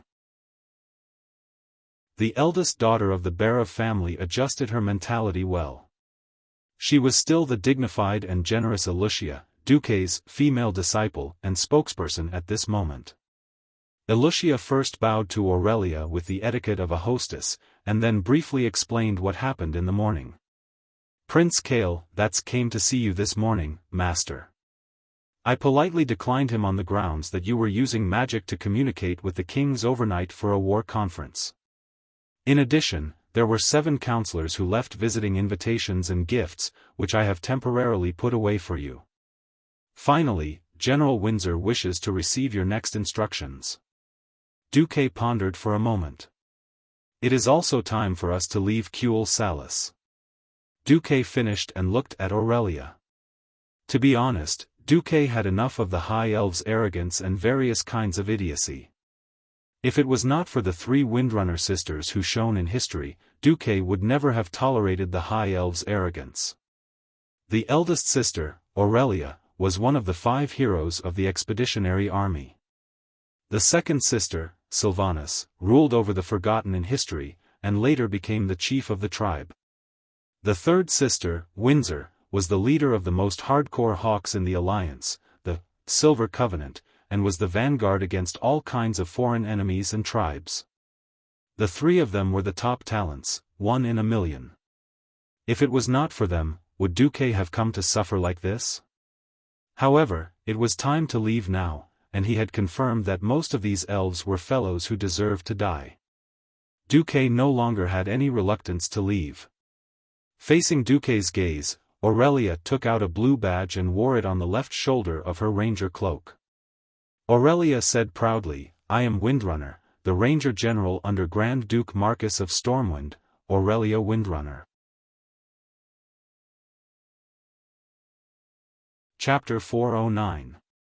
The intensity of the war at the Dark Portal in the past 2 years was unprecedented. Although the commanders could see the decline of the Horde, on several battlefields, the alliance that was on the defensive seemed to be in danger. The bronze-bearded dwarves of the southernmost Iron Furnace Fort, Kilrog Deadeye of the Bloodring clan had changed his strategy. He began to use iron from the iron mines to forge armors for the unworthy laborers in the eyes of the tribe. He completely armed them and used the method of exchanging lives for the bronze-bearded dwarves. In the southeast of Lordaeron, the Arthi Highlands had almost completely fallen. the torrent castle looked like it could fall at any time. The horde transferred a large number of new warriors and laborers through the dark portal. Rend Blackhand was smart for once. He gave up on attacking the torrent castle and let the laborers dig into the mountain. The torrent castle was located on the largest hill of the earthy highlands. Except for a few places, most of the mountain roads to the torrent castle were more than 45 degrees. It was easy to defend and hard to attack. But digging into the mountain hit the torrent castle's weak spot. Without the support of the earth, the ground outside the torrent castle began to collapse. The sinking ground spread in all directions, and the houses overturned. A large amount of debris poured down to the foot of the mountain. The only good thing was that the torrent castle was the capital of the Arathar Empire. Its defense was the best in the entire continent, and even in the world. From inside to outside, there were a total of 5 walls. Even if the outermost wall collapsed, there were still 4 walls. At this rate, the torrent castle could still hold on for about half a year. Located between the earthy highlands and the Hillsbrad Hills, the horde's offensive was very fierce. Regardless of the quality of the soldiers, the horde had brought more than 200,000 people. Under the continuous attacks of all kinds of newly built thick and hard siege weapons, General Abendus of Lordaeron could not hold on. Now, it was the allied forces of Lordaeron, Stormwind and Alterac who were guarding the torrent castle. Further north, near the holy city of Stratholme, Duque was at the northern watchtower. Now, the northern fortress was facing an unknown number of horde. Duque was not sure if Orgrim's main force was in front of him. But Duque could not do anything about it. This was because the horde's army was in Zulv Moshar, which had always been the territory of the Mossflayer trolls. No one knew how Orgrim managed to convince the remaining Mossflayer trolls to join the horde. In any case, there were trolls, ogres, Goran, who was known as the Great Ogre, and a large number of Red Dragon Knights. A large number of elite troops of the tribe were there. Even if Duque launched a tentative attack, he would still suffer heavy losses. Duke told Kudrin to do a reconnaissance flight, but it turned into a large-scale aerial battle that caused the sky to dim and the earth to dim. The Alliance had lost close to 300 griffins. Of course, the horde wasn't doing too well either. More than 100 red dragons had been killed. Just like that, on almost all fronts, the Alliance was forced into a passive defensive position. Every day, human lives were disappearing with the momentum of a broken dam. The distress letters from the front line flew to the 2 Alliance commanders like snowflakes. In fact, the war between the Alliance and the Horde was like 2 ferocious beasts tearing each other apart, constantly inflicting wounds on each other. Now, it was not a matter of who could deal the fatal blow to the other, but who could last longer. The last one standing in the duel ring would be the winner. Be it Anduin or Duque, they were both in a terrible state, but they had to appease the kings. Duque did not conjure up the magic lanterns of thousands of troops. In response to King Salas of Stormguard's request for help, Duque made Dai Linjun pay a little bit of money. Through the secret passage near the coast, he sent dozens of 7-pounder cannons that were originally used on warships to Stormguard. These 7-pounder cannons greatly increased the defense of Stormguard. At least against Goran, they were not that weak. As for King Eden of Alterac, Duque looked down on him. Damn it, the Horde has not even reached your borders yet. What do you mean by sending 10 distress letters every day? In fact, Duque also understood that when King Turinas forced a few lords to bring their weak private soldiers to join Duque, Duque had already completed the defense of the Eastern Plague Lands, in the future. And the further west they went into the densely populated areas, the stronger the defense of the Kingdom of Rotterdam. Unless Orgrim and his 50,000 men could really overcome all the obstacles, it would only be a joke for them to fight their way through the entire Eastern and Western Plague Lands and cross thousands of kilometers to reach the Kingdom of Rotterdam, which was located in the center of the Tirisfal forest. Of course, Orgrim could also count on Grom to suddenly use the trapped horde to break through the main force of the Kingdom of Rotterdam along the northern line of defense of the Silverpine Forest. On the March map, no one could imagine how the horde would reach the Kingdom of Rotterdam. But, there was actually a third way. That was to return to the hinterlands, go west through the Poison Fog Canyon and Icewind Mound, cross the Alterac Mountains, and reach the Kingdom of Rotterdam. Looking at this route, Duque was in a daze for a long time. In the end, he called Wuxia over and handed her a letter that he had already written. "Bring this letter to your father in Cair Darrow. Gavin Rad will accompany you. Remember, you are now the adjutant of the Alliance's deputy commander. If you are detained, if necessary, I will personally lead the army to get you back." Wuxia was completely dumbfounded. What did Duke mean by this? Duke pulled Wuxia over and whispered a few words into her ear. For the first time in her life, the eldest daughter of the Barav family, who had always looked calm and collected in the face of danger, fell into the deepest fear. "Don't worry. Since I have foreseen it, this is just an insurance." "Insurance?" Wuxia's lips were still pale. "Yes. Don't worry. If it really happens, I have a way to turn the situation around." July 13th, Year 2 of the Dark Portal. Near Icewind Mound, the Horde's great chief Orgrim led his guards down a small mountain path towards a small valley below. It was late at night, a time when most people were already asleep. Orgrim also hated the lack of sleep. It made him seem irritable and not clear-headed. Unfortunately, there was an urgent matter waiting for him. Two tall and slender silhouettes appeared in front of Orgrim, causing his guards to jump in fright. He immediately realized that they were the troll scouts he had sent out. When it came to scouting, the agile trolls were obviously better than the clumsy and crude orcs. Therefore, when Orgrim found out that there was another group of trolls in Masa Zul who were unwilling to follow Zujin, and that they could be recruited with some food, Orgrim did not hesitate to recruit more than 1,000 Mossflayer trolls. "Great Chief, we found the target," the troll scout said. Chapter 4:10. It was a valley. To be more precise, it was not a valley. It was more like a small pit. It was about 6 meters wide and 5 meters deep. It was surrounded by cliffs and rocks, forming a perfect shelter. That was probably the reason why they chose to meet here. Orgrim and his two most trusted and powerful guards were hiding at the edge of the pit. His troll subordinates scattered a lot of leaves and smelly things on him. As much as the great chieftain disliked these things, he and his guards put up with it. Not long after, he heard a sound. Following the direction of the sound, Orgrim saw a creature the size of an orc laborer clumsily moving towards the bottom of the valley.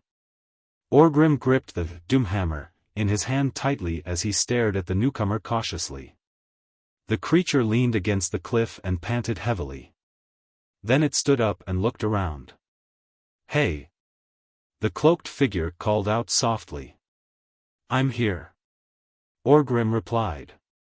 He stretched his body and crawled out from the pile of leaves to the empty area at the bottom of the valley. The mysterious figure stood up straight. When he got closer to the chief, his breathing quickened. Orgrim also noticed that there was a short axe hanging on the man's waist. It was a completely different item compared to the troll's junk. It was well made and had no signs of wear. It was obvious that the man had never used it before. Are you Doomhammer?"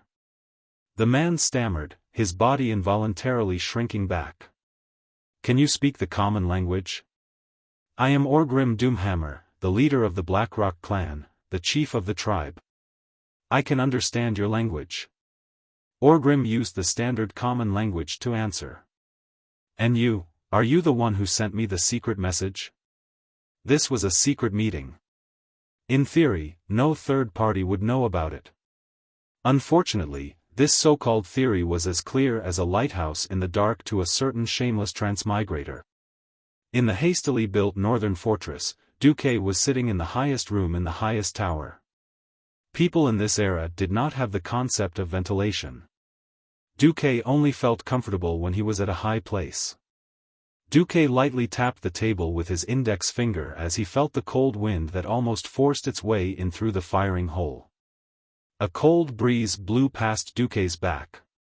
Duque didn't even turn his head to know who it was. "Yo, my dear, how was your harvest today?" Aurelia's face reddened. She pretended to be indifferent and snorted, "Humph. Who's your darling?" Duque face-bombed. He was also puzzled. How could a mature and beautiful domineering woman suddenly change into a tsundere? But judging from your expression, you must have had a good harvest, right? Fortunately, I killed a few twin-headed ogres with my double arrow. Now they've all retreated into the mountain paths. The twin-headed ogre was very difficult to deal with. Not only was its skin thick enough to block ordinary swords, but it also had 2 heads and 3 hearts. Either one of its heads or all 3 hearts were pierced through. Otherwise, the ogre would not die. Duque had seen it with his own eyes. An ogre whose chest had been pierced by 2 crossbow bolts struggled to use a large wooden stick to break the crossbow bolts that were as thick as a human's arm. It got up and charged towards the humans for hundreds of meters before it was surrounded by a large group of soldiers with steel pikes. It was stabbed dozens of times before it died. Only someone like Aurelia, who had stepped into the realm of heroes, could deal with the twin-headed ogre easily.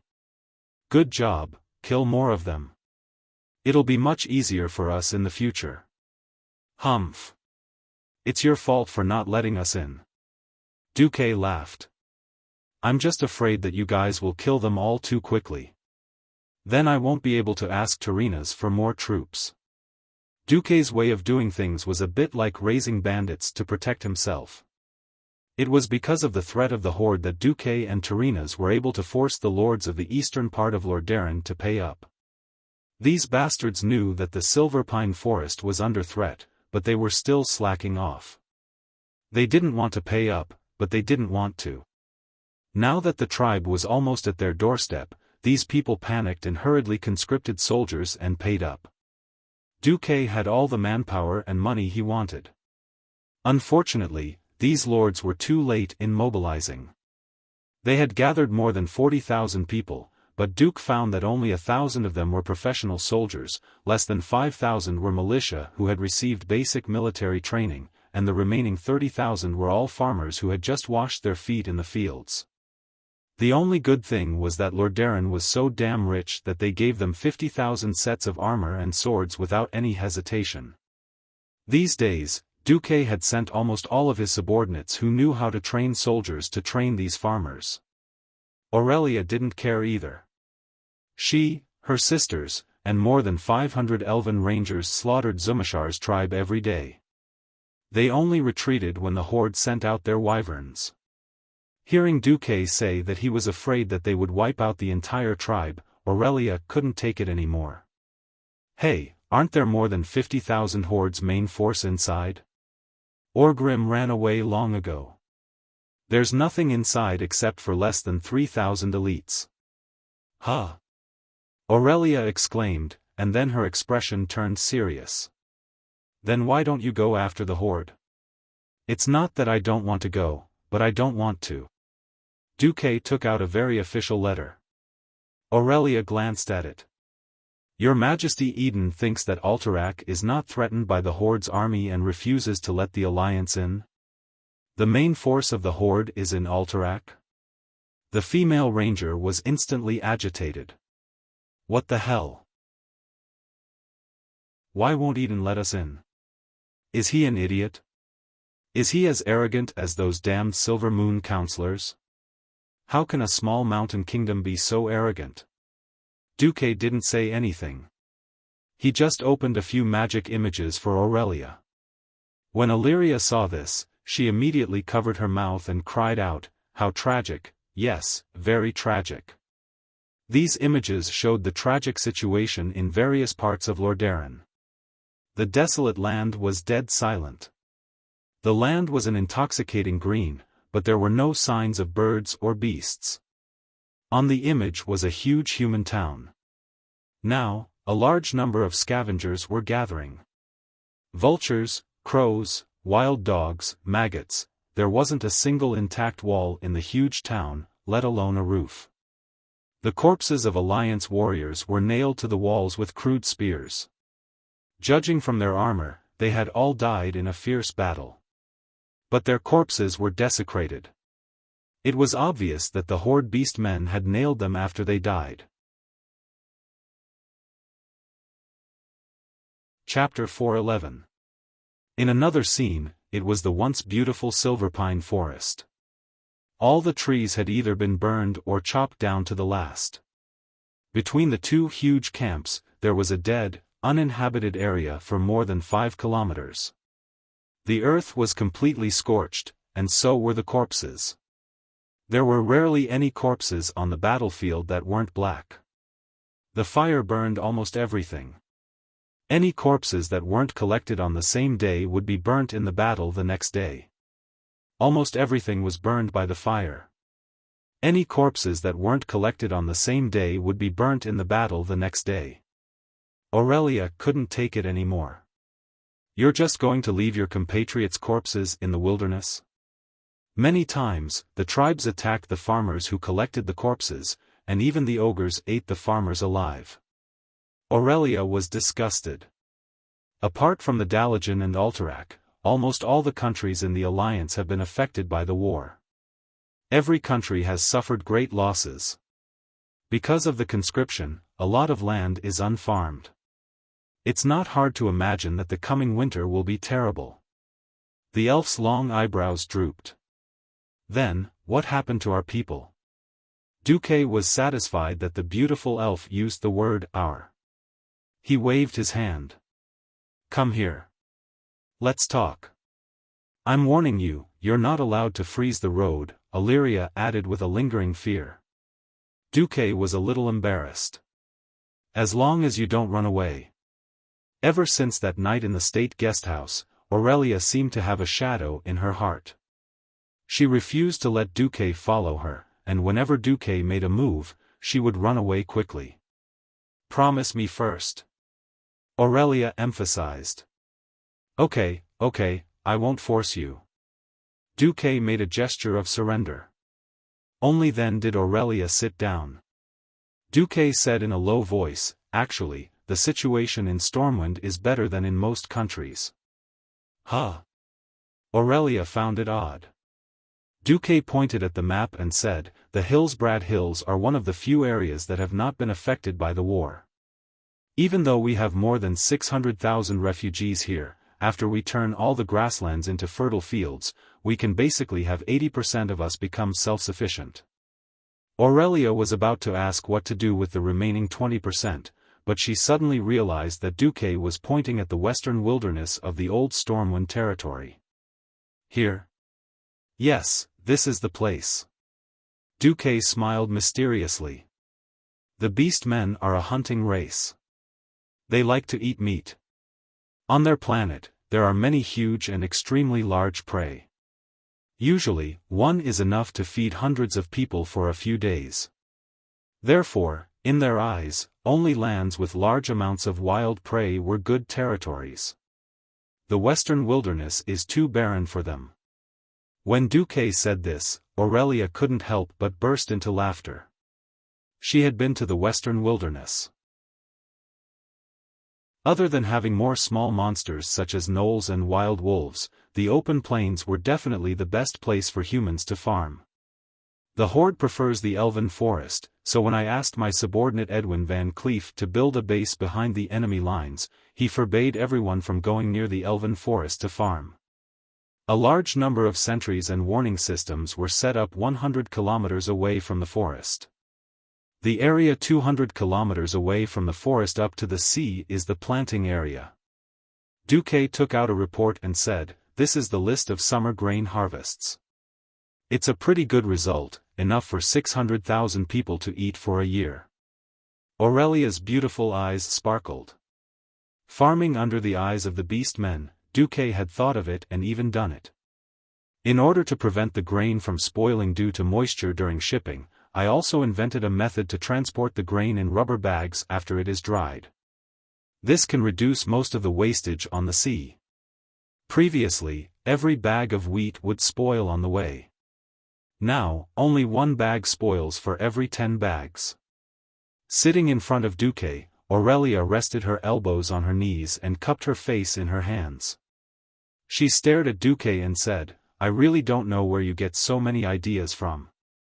"Sigh, it's because you're so outstanding that I thought you were omnipotent." Ahem. Duque coughed dryly. "I'm not the god of creation."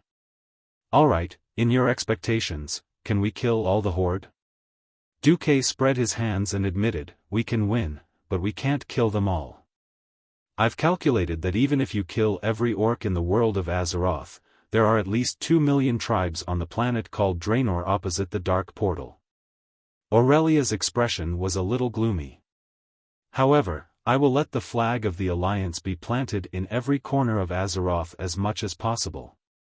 At this time, a slim figure appeared at the top of the stairs. Aurelia frowned and said, "Sylvanas, how many times have I told you that our identities are different now? You have to knock on the door to see Duque." "I really want to knock, but what if I miss something good?" Queen Sylvanas had a sly smile on her face. Aurelia blushed and bit her lip gently. "Sister, that's enough." Duque smiled and asked, "Sylvanas, what's the matter?" "Nothing, I just want to confirm whether our Windrunner family's ranger is your free mercenary, or is he really your vassal?" "Sister, don't cause trouble for Duque." Aurelia was a little anxious. She thought that Duque was just helping her out that day. After all, in the human kingdom, there had never been a precedent of conferring a high elf as a hereditary noble. Queen Sylvanas shrugged and said, "We have more than 200 people joining. Many of them are just looking for hope. It's not like I want to ask. It's fine as long as I have a forest." "Oh, I see. Then I'll just give it to you all." Duque was prepared and took out a document. "Can one of you please call Sasha and Lilith over as well?" The Windrunner sisters were dumbfounded. This was a conferring document personally signed by King Langrin. As an almost independent duke, Duque had the power to confer titles below Baron, but Viscounts and Counts had to be approved by the king. In this era, the nobles were the vassals of the king's vassals, not the king's vassals. Duque could have no more than 3 counts as his direct vassals, and Duque's vassals did not have to follow the king's orders. The Windrunner sisters did not expect Duque to move so quickly and actually get the document approved.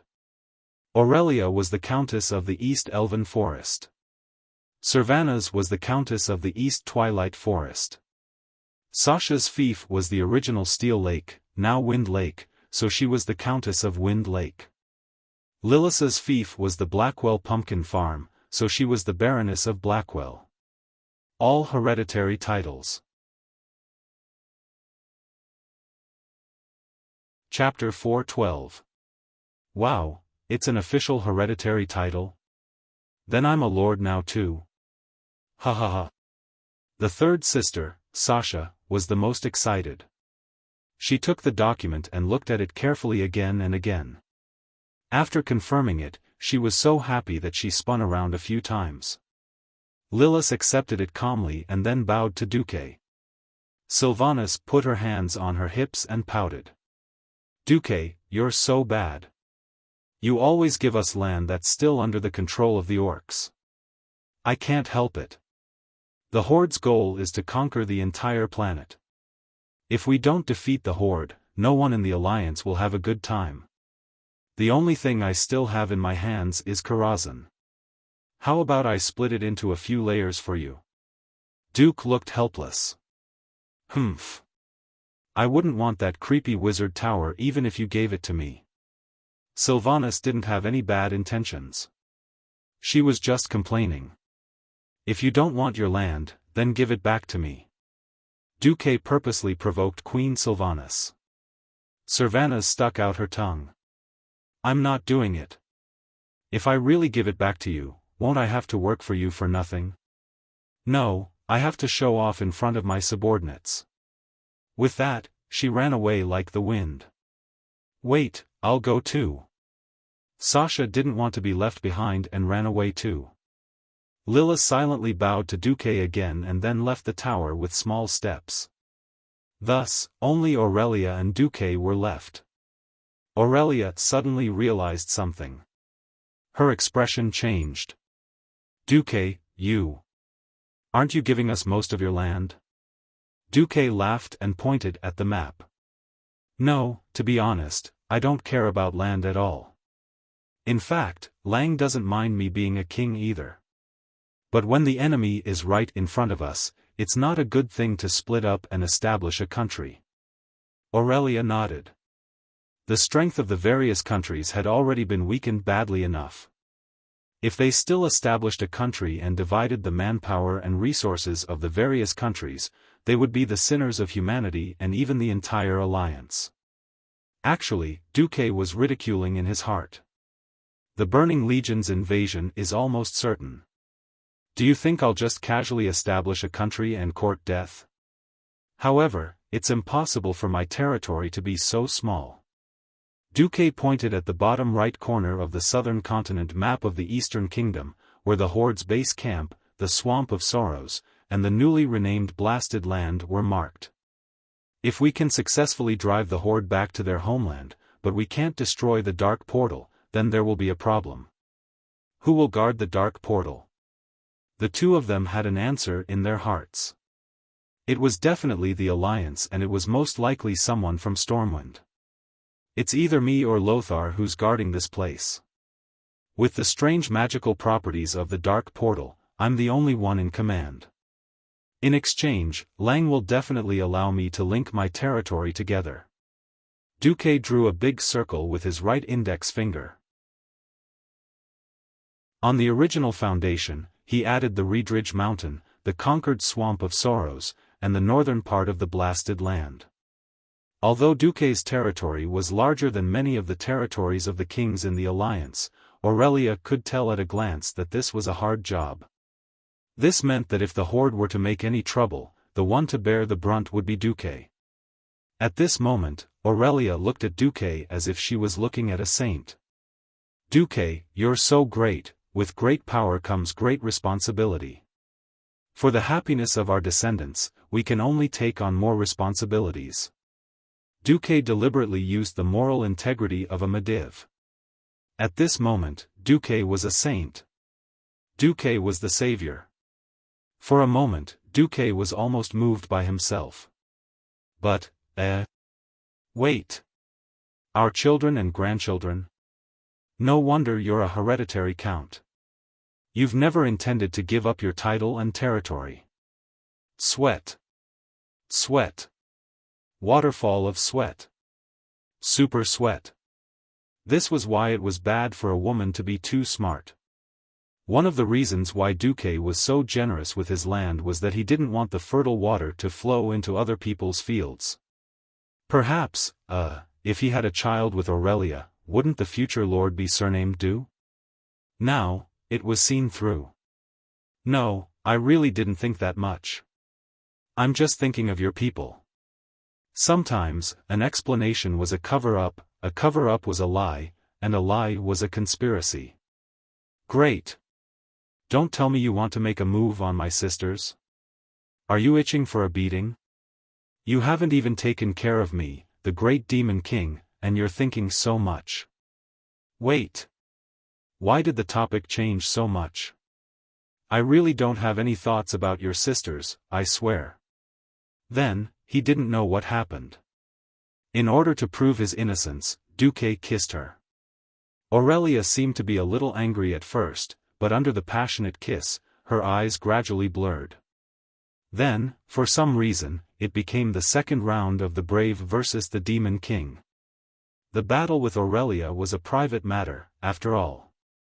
Following that, Duke began to make his preparations in secret. If he didn't guess wrong, that major event in history happened recently. It was the 16th of July. On this day, the entire Lordaeron continent was still filled with the flames of war, but the king of Alterac, Eden Pirinold, suddenly called for an emergency meeting. All Alterac generals and nobles above the count rank had to attend. "You summoned us, your majesty?" The one who spoke was General Haas, the commander-in-chief of Alterac's army. He stood at the half-open door of the palace. A group of generals stood behind the muscular General Haas.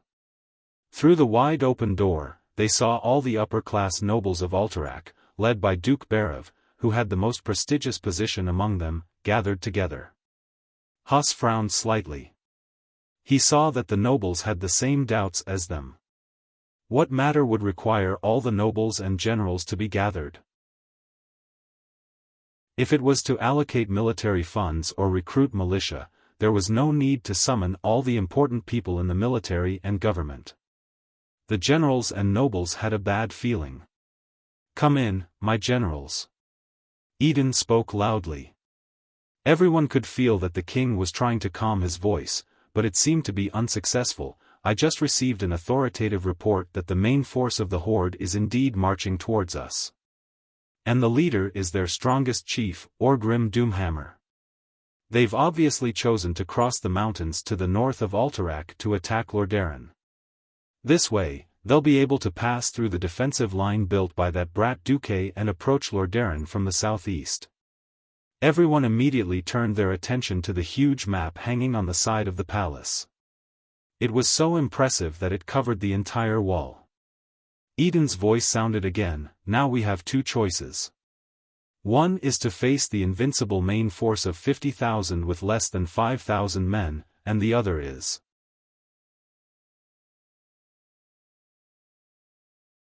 Chapter 4:13. What was the second choice? When the first choice was made, everyone present realized what the so-called second choice was. Almost every noble and every general's face instantly turned as pale as a dead man's, without the slightest hint of blood. Traitor? How could this be? It wasn't that no one had ever been a traitor before. The Bloodsail pirates had done so, but it was later proven that they had been blackmailed. Not only did Deputy Commander Duque prove it, but the Bloodsail fleet had also sent over 100,000 beastmen to the bottom of the sea to wash away their shame. Now, their king was hinting for Alterac to surrender, or even worse, seek refuge with the Horde. How could this be? General Haas stood up straight, his heavy breathing causing his thick beard to flutter. "We are part of the 9 nations of the Alliance. We have sworn to fight against the evil Horde with the other nations." Alliance? What can the Alliance do? King Eden waved his arms anxiously. "I've sent 15 urgent letters to Lothar for help. Lothar told me every time that the Alliance's frontline in the Silverpine Forest was unable to transfer more troops, and hoped that Alterac would coordinate with Deputy Commander Marcus." At this point, every general and noble pricked up their ears. "All right, I used the most humble tone to ask for help from that brat who doesn't even have hair on his mouth. Guess how he dealt with me? 10,000 Stormwind soldiers and 10,000 Lordaeron soldiers? Damn it! They were still peasants 3 weeks ago, and it would take at least a week for them to reach Alterac. Bastard! The Horde's main force is right under our noses." Duke Berev's eyebrows twitched.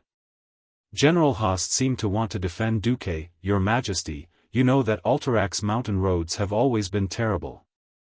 From receiving the news to sending reinforcements, Sir Marcus has already done his best." "Shut up. Haas." Eden questioned loudly. "Detecting the enemy's movements is that brat's responsibility. If he can't do it, then he's neglecting his duty. Where are they now when Alterac needs the Alliance?" "Let me tell you, not here." 7 days? Will they come to collect our corpses in 7 days? Faced with the threat of death, the nobles of Alterac trembled. "We can hold our ground with Alterac's terrain." "Hold fast." The king sneered. His next move made their fear rise to another level.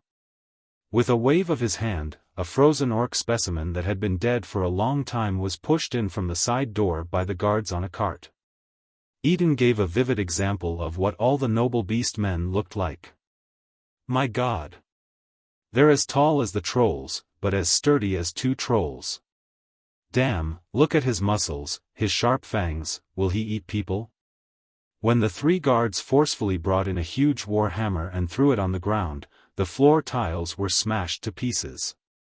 All the nobles' faces were drained of blood. Their eyes bulged as they stared at the cracks spreading on the floor tiles. The king's voice rang out again. Do you see that? My vassals. It takes 3 people to lift their war hammers, but these guys are swinging our shields effortlessly like children's toys. No one could stop them. 7 days. What a joke. 7 days is enough for them to kill us all 3 times over. They've already destroyed Stormwind City, half of Kuel Salis, and swept through the Earthy Highlands. If we don't do something, their next target will be Alterac. A trembling noble asked, the Stormwind soldiers within our borders really can't do anything? When Lang's Stormwind army needed help, Alterac gave them food and even gave them their own land to take refuge. What did Lang do to us? For the sake of the holy light, they actually took root on the land we lent them for refuge. At this point, the nobles' expressions turned ugly. It would have been fine if it was just to save the refugees. As long as they blocked the food supply, they could force the people of Stormwind to become cannon fodder. But now? They saved the refugees, but the refugees seem to have taken over the land and refused to leave. Opening up land and building a city, making their camp stronger than the Broken Ridge Castle on Alterac Mountain. Wasn't this like saving a bandit, and the owner was chased out? We joined the alliance to obtain the power to protect our kingdom, but now that the horde is right under our noses, where is our precious alliance? They've already abandoned us, don't you understand? He knew that his voice was close to hysteria, and he tried to calm down. It's time for every kingdom to think for themselves. I have to think of Alterac's interests first. Any other king would have done the same. King Aiden's words made sense, and the nobles and generals were speechless for a moment. Alterac was the smallest of the 7 human kingdoms, with less than 10,000 soldiers. After losing a few regiments, Alterac was left with 5,000 soldiers and less than 100,000 citizens. They were no match for the horde's ferocious main force. My generals, my vassals, the situation has changed, Aiden reminded everyone. Aiden reminded everyone, noticing that he was sweating as well. Almost everyone noticed it too. We don't have many choices. For example, Alterac will no longer be a part of the alliance. Believe me, this is pretty much the only option for us. For example, a non-aggression treaty. We will not disturb their advance in the mountains, and they will guarantee that Alterac will remain unscathed. Everyone below was shocked, and a violent uproar quickly spread. Most of the generals seemed to have fallen into disgust, anger, or sorrow, while the nobles looked uncertain. Your Majesty! You're forcing us to become the slaves of those cruel, bloodthirsty beasts who only know how to slaughter cities. Sign a contract with those beasts? Your Majesty, are you sure they won't get hungry and eat us first? Aiden sharply noticed the shift in the vassal's thoughts. I'm glad that the horde's chief, Orgrim Doomhammer, is a wise leader who speaks the common tongue. I've obtained his promise not to attack us in exchange for us not cutting off their advance. Please note that we no longer have a choice. Everyone, please sign this contract to agree to our next actions. Let us Alterac embrace our destiny together. Chapter 4:14. No. I'm against this plan. Haas stepped forward agitatedly, but he was stopped by over 10 fully armed royal guards. I won't agree. Alterac's soldiers won't agree either. Then we'll use the excuse of shifting our defenses and send them away. King Eden said coldly. No. I'm still against it. Haas was held down by several guards. He struggled and roared, "This is blasphemy against the entire human race." Shut up. Haas. You swore to be loyal to me, even to the ends of hell. General Haas was stunned. Can we trust the chief of the tribe? A low-ranked noble, Valander, asked. His words represented the thoughts of many nobles. Seeing many nodding, Eden sighed in relief. If they asked this, it meant that they had already accepted the agreement. The only thing stopping them was their doubts about whether it could be carried out. We have no choice. Eden replied slowly, as long as they want, unless they give up on Alterac, we and everything we have will be destroyed. Of course, if they go back on their word, we'll still be finished. But if they stick to their word, Alterac will live. No matter what the price is. Alright, make your choice. Gentlemen. Eden waved his hand, and over 100 royal guards rushed out from the side door, surrounding all the generals and nobles. No one knew what the consequences of refusing to sign the agreement would be, but it obviously wouldn't be anything good. It was obvious that the king had spoken to his hardcore faction. Over a third of the nobles and generals signed the agreement, stating that they unconditionally agreed to all of the king's policies against the alliance. They signed their names and stamped the wax. Once they sat on the king's chariot, it meant that once Eden officially fell out with the alliance, they would have to bear responsibility as well. The remaining two-thirds were hesitant. The neutral faction and Duke Barev's connections all looked at the other person in power in the kingdom, Duke Barev, whose power was second only to Eden. Duke Barev, who had been silent all this time, slowly raised his head like a rusty machine. The Barev family objects. Perhaps it was because of fear, but his voice was clearly trembling. It did not sound like his previous voice. Eden didn't mind. Anyone's voice would change under extreme anxiety and panic.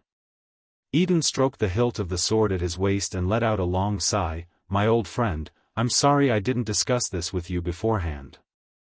From the way I see it, you've already made your choice when you gave little Wuxia to that brat who stole the highest position in the alliance. Your heart is no longer with Alterac. Are you planning to ally with those damned refugees to steal Alterac's land and throne?" Like a bolt from the blue, Duke Barev was completely stunned. He looked at the king but could not say a word. "I'm sorry, but you can no longer represent the Barev family." The king clapped his hands, and two teenagers appeared from the side hall. Prince Barev stared at him with wide eyes. 15-year-old Wilton Barev and Alex Barev, the only two heirs to the Barev family. Now, they actually went over to the king's party. Wilton grinned hideously. "Father, you're old. It's time to hand over the Barev family to us." Alex did not hide her anger at all. "Father, you've gone mad. You're trying to hand over the family to Wuxia, to that bastard Duque, and you won't even leave the family to us."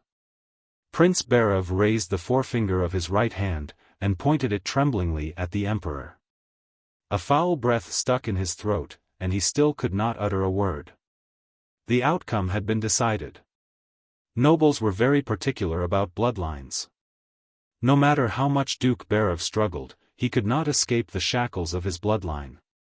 Just as the old duke knelt down, almost all the nobles and generals stepped forward to sign their names and stamp their seals. Prince Barev's two good sons did the same thing, in their father's presence, with great pride. King Eden, who had gained the support of everyone except Haas and the old duke, was obviously in high spirits. He showed everyone his excellent political skills. He showed everyone what it meant to turn the situation around. "Everyone, I did not mean to force you. If I had a choice, would not serve those horrible beasts. The contract signed by all of you is just insurance." "Insurance? Do you understand?" Everyone looked at King Eden in bewilderment. Eden finally showed his best actor talent. In fact, I have already informed Tarinas about the Horde's main force's attack. I told him that if he did not have reinforcements, would give up defending and let the Horde charge into Lordaeron. In the end, Tarinas sent his last group of court mages and a group of high-grade swordsmen as soon as possible. I'm going to let them destroy the Horde's path. General Haas, who was kneeling on the ground, suddenly looked up. His eyes were full of hope. Your Majesty, you were just lying to us. You're not going to fulfill your promise. That's right. We don't have to fulfill our promise to those despicable beasts. Eden waved his right index finger proudly. No, I've already told Orgrim about the arrival of Lordaeron's reinforcements, including their numbers and types of troops. The entire hall fell into a dead silence. Eden's expression was incomparably cold and cruel. He raised the contract signed by the generals and nobles, let them fight to the death. If Tarinas' elites win, I'll burn this contract. No one will believe the evidence provided by those beasts. Many people heaved a sigh of relief when Eden said this. If the Horde is really that strong and kills all of Tarinas' elites, then we've done our duty as allies since we informed Orgrim. We can join the Horde without worry. If the Horde won, wouldn't that mean that the last of Lordaeron's elite guards had been destroyed? What difference was there between Lordaeron and a weak girl who could be raped at will? Hiss, in the main hall, there were countless sounds of inhaling cold air. They suddenly realized that this was the king they were familiar with, the cunning and astute king. Regardless of the situation, Alterac would be the winner. For a time, the hall was filled with heated discussions. Almost every noble and general had a smile on their faces. To be able to turn such a huge crisis into a sure win, as expected of His Majesty. As expected, this is the way of survival for us Alterac. A group of people complimented King Eden as sickeningly as they could. At this time, Eden suddenly received a message: the Horde's messenger had arrived.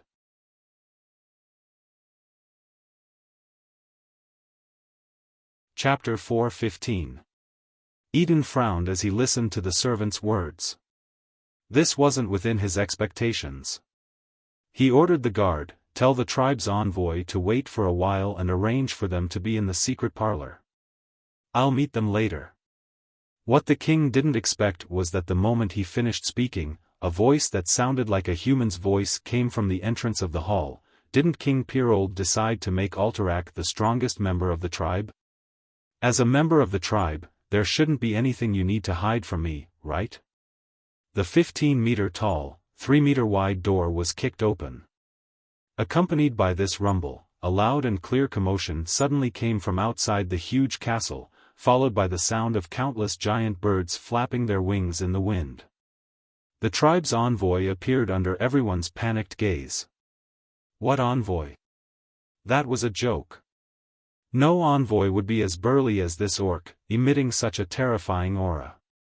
He had reddish-brown skin that was different from most orcs, and he carried a huge black square hammer on his shoulder.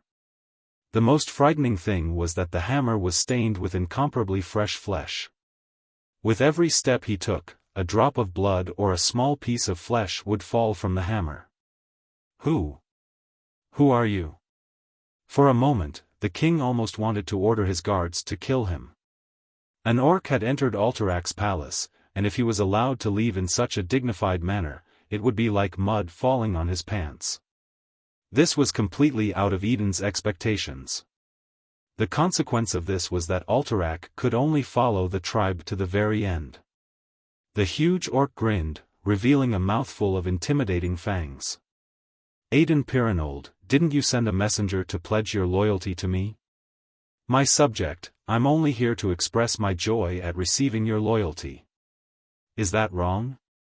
The king's face turned pale, cold sweat drenching his luxurious clothes. Orgrim Doomhammer. Eden's teeth chattered as a magical name leaked out from the cracks of his mouth. Who would have thought that the great chief of the tribe would come to visit in person? Was this a forced abdication or a showdown? Or was it both? Ha! Aiden, my loyal subject, thank you for your information. Along with Orgrim's mocking words, a burly orc beside Orgrim, who had a severed hand and had turned his hand into a giant toothed blade, threw out a head with a sinister smile. Ah! It was Chaz Mat, King Menethel's personal court archmage. Someone recognized the severed head. At this moment, Eden felt that all the sweat he had shed had been frozen by the cold air. It's over. It was all over. He didn't expect that the tribe, which was supposed to be 2 days away from them, would organize a sneak attack. Now that even the Radiant Moon Mage leading the team had been killed, the mages from the Rotterdam Kingdom who had been arranged to camp at the north of the Shattered Ridge were probably dead. Eden simply couldn't imagine how the tribe had managed to do all this without making a sound. However, it was clear that Orgrim's preemptive move had disrupted all his plans. Now, he only had 2 choices left. One was to resist and let Orgrim, who was already prepared, destroy his entire family. The other was to keep his promise and let Alterac join the tribe, and then walk all the way to the dark side. In the future, he would either be destroyed by the victorious alliance, or he would join the tribe and beg the tribe to give him a piece of meat after conquering the world. In fact, it wasn't just Eden's subjects who were hesitating. Eden himself was also hesitant. Even though Orgrim was considered a handsome man among the beast men, he was still too ugly and horrifying in the eyes of the humans. Eden couldn't help but shiver when he thought about how he had to lower himself to work for such a terrifying fellow. He couldn't help but feel a wave of unwillingness rise from the bottom of his heart as he stared at those mottled, sharp teeth. What if he could capture the chief of the tribe and use him as a hostage to prevent the tribe from attacking until the Alliance's reinforcements arrived? If he succeeded, he, Eden Piraeus, would undoubtedly become a great hero of the Alliance and the savior of the human world. His Alterac's reputation would greatly increase, and it would become a powerful country on par with Lordaeron. This idea was so tempting that it made Eden's heart palpitate. He couldn't help but glance at the royal guards who had already drawn their swords and were waiting by the side of the hall. Dreams were beautiful, but reality was cruel. Eden, who had tried to play both sides, didn't even get 2 seconds before his dream of being a hero was shattered mercilessly. A green claw landed on his shoulder, the sharp tip of the claw pressing against Eden's artery. A huge, invisible figure appeared beside the king of Alterac. Ah! Eden let out a low cry. It was a sword sage of the Fireblade clan. He had the ability to become invisible, and he roamed the Alliance's command center all year round, killing many mid-level and low-level commanders. He was a notorious sword sage in the Alliance. All of a sudden, everyone was stunned. This mysterious green-skinned sword saint did not kill him immediately. Instead, he reached into King Eden's robes and took out the contract signed by all the nobles and generals in the kingdom. He then threw the contract to Orgrim, who was standing at the entrance of the hall. Everyone only saw a blur, and the contract was already in Orgrim's hands. The chief opened it briefly, and a satisfied smile appeared on his face. The entire Alterac had fallen into the hands of the Horde. Whether it was to be destroyed or used, it was all up to Orgrim. Thank you all for your loyalty to the Horde and to me. I can make this promise as the great chief of the Horde. When the Horde rules over the world of Azeroth, everyone here will automatically become the Horde's agents to control the human world. A slap in the face, a carrot in the mouth. After intimidating them and controlling the situation, Orgrim cleverly adopted a more conciliatory approach. Rule over the human world. Below only 1 and above tens of thousands. It had to be said that this promise was indeed a beautiful blueprint for the Alterac nobles who had suffered for a long time in the 7 human kingdoms and had been ignored by the major countries for a long time. At least they had something to look forward to. All of a sudden, the eyes of the nobles lit up. Right at this moment, a teasing voice suddenly sounded out. Yo, Orgrim, you're digging up the Alliance's foundation right in front of me. You really don't take me or the Alliance seriously.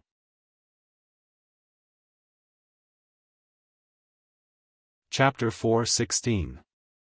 Before he heard the voice, Orgrim had already prepared a script in his mind to give an impassioned speech. The humans slandered us for being barbaric, bloodthirsty, cannibalistic, and massacring, but it was actually the remnants of the Southern Kingdom that spread the rumors. He could brag however he wanted, as long as the humans did as he wanted and started a peasant uprising in the Hillsbrad Hills. This would hold back the troops and attention of the Stormwind and Dalaran kingdoms so that the main force of the Horde could successfully take down Lordaeron. As for what would happen to the people of Alterac, Orgrim couldn't be bothered to care. He had hoped countless times that his opponent would be a straightforward warrior. Only then would he be able to show off his and the orcs' bravery. It was a pity that apart from Lothar, who seemed to have the courage to fight head-on, he only met Duke from the start to the end. In the eyes of the Beast Men, Duke was extremely despicable, but it was undoubtedly a very effective strategy to kill the Beast Men. Since the human commander was so despicable, Orgrim didn't mind using the same method to deal with the humans. Conquering a human kingdom without shedding a drop of blood. Even if it was the smallest human kingdom. This achievement was exactly what Orgrim, who was in desperate need of glory, needed. He needed this achievement to prove himself. After all, the continuous defeats had tarnished his reputation. When Orgrim met the messenger, he was afraid that it was a trap, but he also wanted to control Alterac. That was why he mobilized so many powerful chiefs and heroes, and even used Zulahid's dragon knights to hold the fort. Everything went smoothly, and he easily subdued that sly and cunning king. But he didn't expect to hear the voice that he didn't want to hear the most, the voice of the Alliance's vice-commander, Duke Marcus. Not only did Orgrim's expression change, but Eden and Hassa's expressions also changed. As people who had dealt with Duque many times, they could obviously recognize Duque's voice. But they didn't expect Duque's voice to come from Duke Barav. Duke Barav straightened his body. His face was full of mockery and confidence. Under everyone's astonished gazes, a wave of water-like ripples appeared on his body. The slightly plump elderly figure quickly disappeared, revealing a robust young man dressed in a blue and white robe. Illusion? How was this possible? It wasn't just the inexperienced orcs, even the upper echelons of Alterac were shocked. They could accept the fact that Duque had fooled them with his perfect makeup. It wasn't that the nobles hadn't seen illusions before, but those crude and immobile illusions were worlds apart from Duque's lifelike illusions. The most common type of illusion was the kind that attempted to conceal a certain secret passage. When had he ever seen an illusion with so many facial expressions? Just how high was Duque's attainments in magic as a mere morning star? What's more, Duque's appearance at the most critical moment made them have no choice but to add the word inconsolable to their shock, turning it into inconsolable. Orgrim was decisive. Not only was he wise in history, he was also an absolute opportunist. Playing dirty was definitely the chief's specialty. In this life, Duque didn't give him the chance to sneak up on the Blackhand Great Chief. However, that didn't mean that Orgrim wasn't sinister. Without even a greeting, Orgrim gave a look and a sword saint of the Fireblade clan came out of stealth, slashing at the back of Duque's neck with a sharp longsword. At the same time, Orgrim used charge, his burly reddish-brown body turning into a blinding ray of light as he charged at Duque. That's right. He wanted to kill Duque in an instant. He wanted to nip Duque, the biggest factor of instability, in the bud. After all, everyone present was a human, and his men had yet to completely control the palace. If Duque, the vice-commander of the Alliance, was allowed to raise his arm here, things would definitely develop in a direction that was disadvantageous to the tribe. However, he had miscalculated. Under the fierce attack of his giant hammer, it missed and clashed with the longsword of the Fireblade clan's sword saint in midair. The sword saint who was hurriedly retracting his attack was sent flying. Duque, who was supposed to be killed between the hammer and the long sword, turned into a ray of light and disappeared into the air. Or was it an illusion? Not good. Orgrim suddenly reacted and used his fastest speed to turn his neck toward Samuro, who was controlling the King of Eden. Unfortunately, before he could shout, "Be careful," Samuro was already hit. Fast. Too fast. No one expected Duque to be this decisive. The moment he appeared, Duke had already disappeared from where he stood. The sorcerer's arcane spell, invisibility, gave Duque the ability to become invisible for a short period of time. The sorcerer's invisibility did not have the stealth and movement acceleration ability of the Sword Saint's wind step. However, Duque had been strengthened by the storm altar. The system notification in Duque's retina showed the following information: you have used the new skill, Gale Step. You can enter invisibility for up to 60 seconds. In invisibility, you can gain twice the movement speed and use Flash once without breaking the invisibility. When you make your first ice attack, your critical hit rate is 100% and your magic flying speed is increased by 50%. Duque's movement speed was not fast. In this state, Duque could run 100 meters in 10 seconds without any obstacles. Unfortunately, his agility was too low and he did not have good dynamic vision. This speed had to be discounted, especially in crowded places where it was easier to bump into them. Even so, it was still very scary. Duque raised his hand and cast an ice tornado in his invisible state, sending Samuro, who was caught off guard, flying. Originally, Duque wanted to kill Samuro instantly. Unfortunately, a hero was a hero. Even when he was being ambushed, Samuro was still able to use the mirror image spell in a split second in the eyes of bystanders.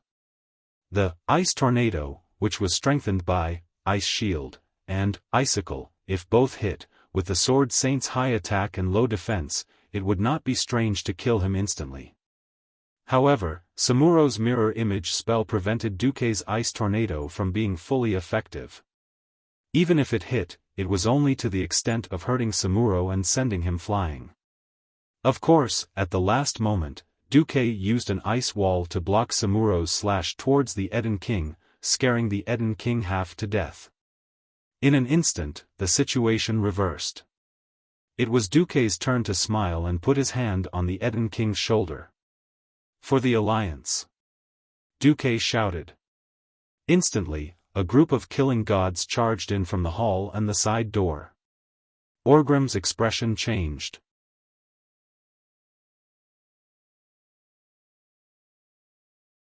Chapter 4:17. In order to reclaim Alterac this time, Orgrim had put in a lot of effort. Other than Ghoul, Dan and Gujar, who were nowhere to be found, and Grom Hellhound, who was guarding the main camp in Silverpine Forest, who was unable to move, Orgrim had practically brought all of the tribe's most capable chiefs and heroes here through the Wyverns. The one commanding the Wyvern army in the sky was naturally Zulud. On Orgrim's left was the chief of the Shattered Palm clan, Kargath Bladefist. On the right was the chief of the Blood Ring clan, Kilrog Deadeye. Outside the hall was the chief of the Black Scar clan, Cashdrake, and a new hero, Rexer. Rexer was one of the greatest heroes of the tribe in the future. Rexer was the product of a union between an orc and an ogre. He grew up in the Mach Nathal clan of Draenor. Even though he was of mixed blood, his burly physique and amazing strength allowed him to shine during the Horde's invasion of Azeroth. This time, Orgrim had specially brought him here. Including Samuro, there were a total of 7 super-killing gods from the tribe who could easily fight against 1,000 men on their own. Under normal circumstances, these 7 guys were enough to destroy the entire Alterac. Unfortunately, they had encountered Duque, who was also prepared to go all out. In the sky, Zulud suddenly discovered a large flock of griffins swooping down from the clouds. The Dragonmaw clan's dragon riders didn't even have time to react before they were smashed by a large number of storm hammers. It was true that dragons were the overlords of the sky, but they had a blind spot in their vision, and that was their backs. Without the coordination of the orc cavalrymen, the Crimson Dragons attacked the Griffins on their own. This mistake caused the Dragon Riders' losses to increase dramatically. Cashdrake and Rexer, who were waiting outside the hall, thought that they only needed to deal with a few diehard Bear of Clan guards. The two of them and the dozen orc elites they brought with them made a grave mistake. After the illusions on the guards were removed, Chen Fan's eyes widened. They found that the guards opposite them were all their old enemies, the Silver Hand Knights. It was fine if the Silver Hand came, but more than half of the first-generation paladins were here. Uther, Sidan Dathrahan, Tyrion Fordring, Gavin Raddoom, Bolvar Fordragon, most of these fellows had proven their bravery in the Silverpine Forest and other battlefields. After fighting for so long, all the weaklings would be eliminated in the first 3 battles. Most of the time, after fighting for so long, it would be discovered that the strongest ones were still the same few. Even if he didn't completely remember the other party's name, he would be able to recognize it as soon as he saw it. It's that bastard again. And so on. Everyone in the Horde agreed that the first-generation Holy Knights were the strongest. If it was just the Silver Hand, the heroes of the Horde would not have such a headache. The most ridiculous thing was that the 4 Windrunner sisters had all come. Paladins were famous for being able to fight, tank, and consume energy. However, paladins also had a well-known shortcoming: short legs. If the heroes of the Horde really wanted to run, the paladins wouldn't be able to stop them.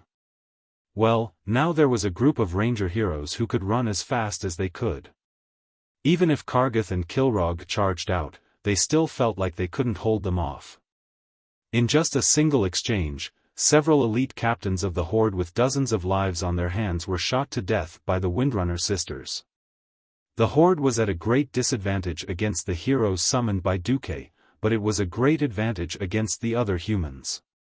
Especially the Alterac royal family's guards, they were completely dumbfounded. Before this, they had been clearly told by Eden that they were going to rely on the Horde. That was why the heroes and followers of the Horde were like fathers in their eyes. Who knew that the Horde would just kill them like pigs and dogs? Orgrim glanced at Duque, who was beside the throne, and sighed in his heart, "I've miscalculated. If Samuro was still controlling King Eden, then this would be the best time to force the Alterac people to rebel." But now it was Duque who had Eden's life in his hands. Eden was of course not an idiot. Duque had saved his life from Samuro's hands, but it wasn't just to save him. Did he really think that Duque was some *T saint? Whether he and his Alterac were willing or not, they were now sitting on the Alliance's chariot once again. Jump out of the chariot? Sure. Go and die now. As an overly shrewd, two-faced king, Eden shouted the moment he was sure of his own safety, for the Alliance. Kill those damned Horde. As expected of the best actor. Just a moment ago, he was saying, "I love you, Daddy of the Horde," but now he was shouting, "Grandpa Alliance is my real ancestor." He said it so smoothly, and his expression did not change, as if it was only right and proper. Even the most seasoned politician would be ashamed of himself. But he shouted in a dignified manner. Even when he saw Orgrim's infamous hammer of destruction smashing down on his head, and the huge black square mace rapidly expanding in his vision, he didn't change his words. Because King Eden had made his bet. It was true that Orgrim was powerful and could force Eden into a corner. But Duque was clearly superior. This kind of frightening method wasn't something a 16-year-old should be capable of. Eden couldn't turn back this time. He could only hope to keep Orgrim here and get a decent result. Then, he would think of a way to bribe Duque to make sure that no one in the Alliance would pursue him and Alterac. Duque appeared once again with Eden in a flash. In a flash of light, Eden was brought from his throne by Duque to the door of the side hall on the right. That was how agile a mage was when fighting a warrior. Duque smiled and waved at Orgrim. Then, he raised his hand, and a 10-meter-tall, 2-meter-thick wall of ice separated the Orgrim tribe from the Alterac nobles. "Hurry up and retreat." Duque's shout finally woke up the frightened nobles. These people who claimed to be nobles weren't as noble as the commoners thought they were. One by one, they fled in panic towards the side door where Duque was.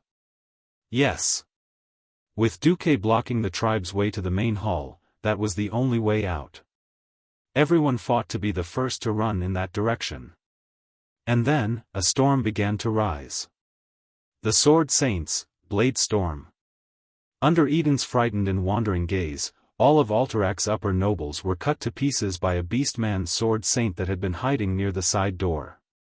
Broken limbs, flying blood, minced flesh, the nobles who had once gathered under Eden's command and were viewed as his most important pillars had been completely wiped out in front of him.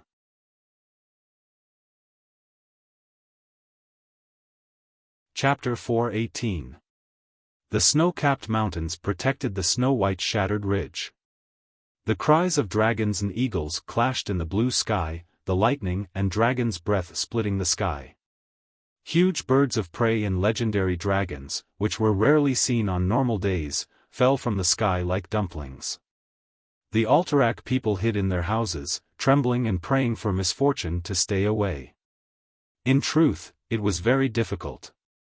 From the moment the battle was set on Alterac Mountain, a lot of destruction was unavoidable.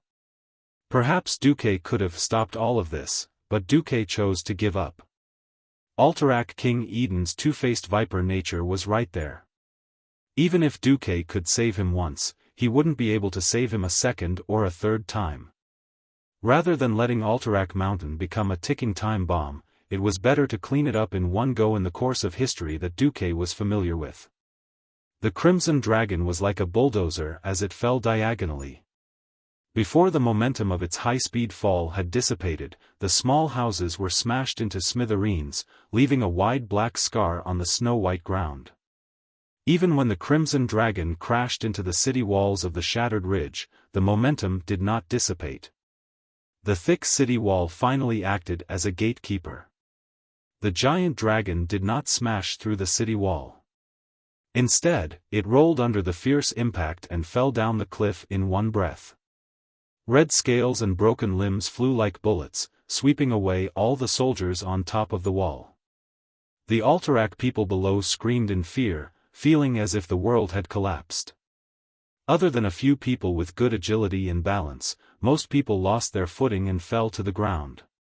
In the Alterac capital city, many Beastman elites took the opportunity to fight in close combat, using their powerful arm strength to easily tear apart the royal family's guards who were caught in their punches and kicks.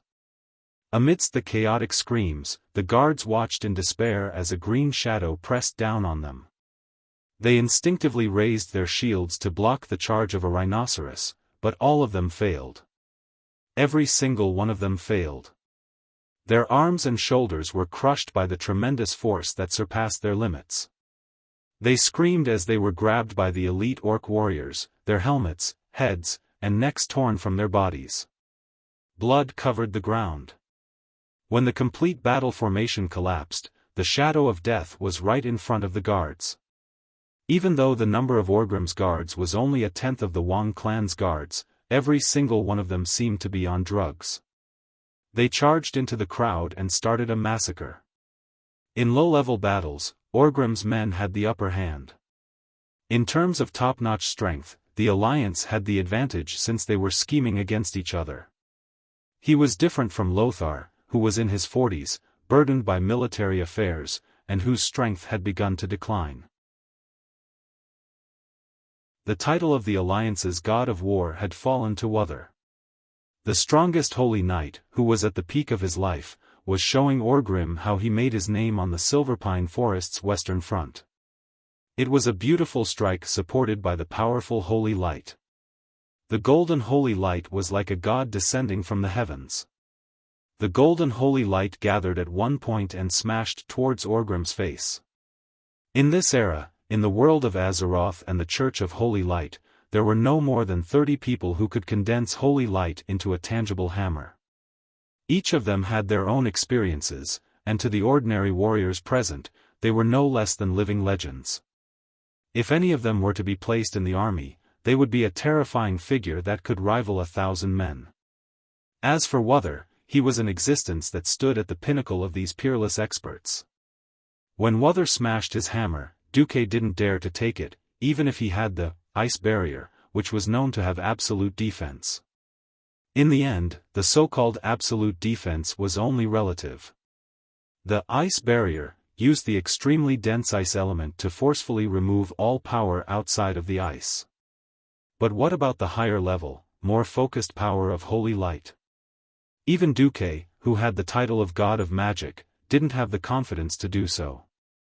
However, Orgrim countered the attack with his own attack and managed to nullify it. His muscles bulged, and his inhuman strength was completely revealed at this moment. Orgrim was actually using his hammer to fight against his hammer. When the countless golden lines of holy light that cut through the dark shadows in the hall collided with the terrifying rising lava fire, the collision of the elements produced a huge explosive effect that dazzled everyone's eyes. Everyone only saw the golden and reddish-black flames explode like fireworks. It was as if two huge Persian chrysanthemums were fiercely colliding and grinding against each other. Countless petals scattered and withered, and then there was a deafening collision sound. After a full 3 seconds, the flames that flowed out from the two people finally disappeared. No one would have thought that Wuxia, who looked like a human, could actually fight like a wild beast. Orgrim frowned. The situation was not good for the tribe. Other than him, it seemed that only Rexer could faintly suppress that holy knight called Gavin Rad. The others were either in a stalemate, or were directly at a disadvantage. Kargath Blade Fist seemed incomparably powerful, trading injury for injury with Saidan Dathrahan, but the problem was that he was a holy knight who had the ability to recover. If the fight continued and he really didn't run, the one who would die would definitely be Kargath. The Black Scar chief, Ka-God Derek, was even worse off. He was directly suppressed by Tyrion Fordring, and could not even trade injuries for much. On the other hand, Kilrog Deadeye was evenly matched with the two female elven rangers. Kilrog was suppressing one of the rangers in close combat, but he was constantly annoyed by the ranger's shooting.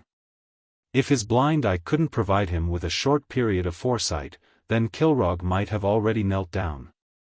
Samuro wanted to chase after Duque, but he was held back by a female elven ranger. The problem was that the alliance still had many high-end forces. Bolvar was on a killing spree. The limits of the human body determined that it was impossible for them to surpass the beastmen in terms of pure strength.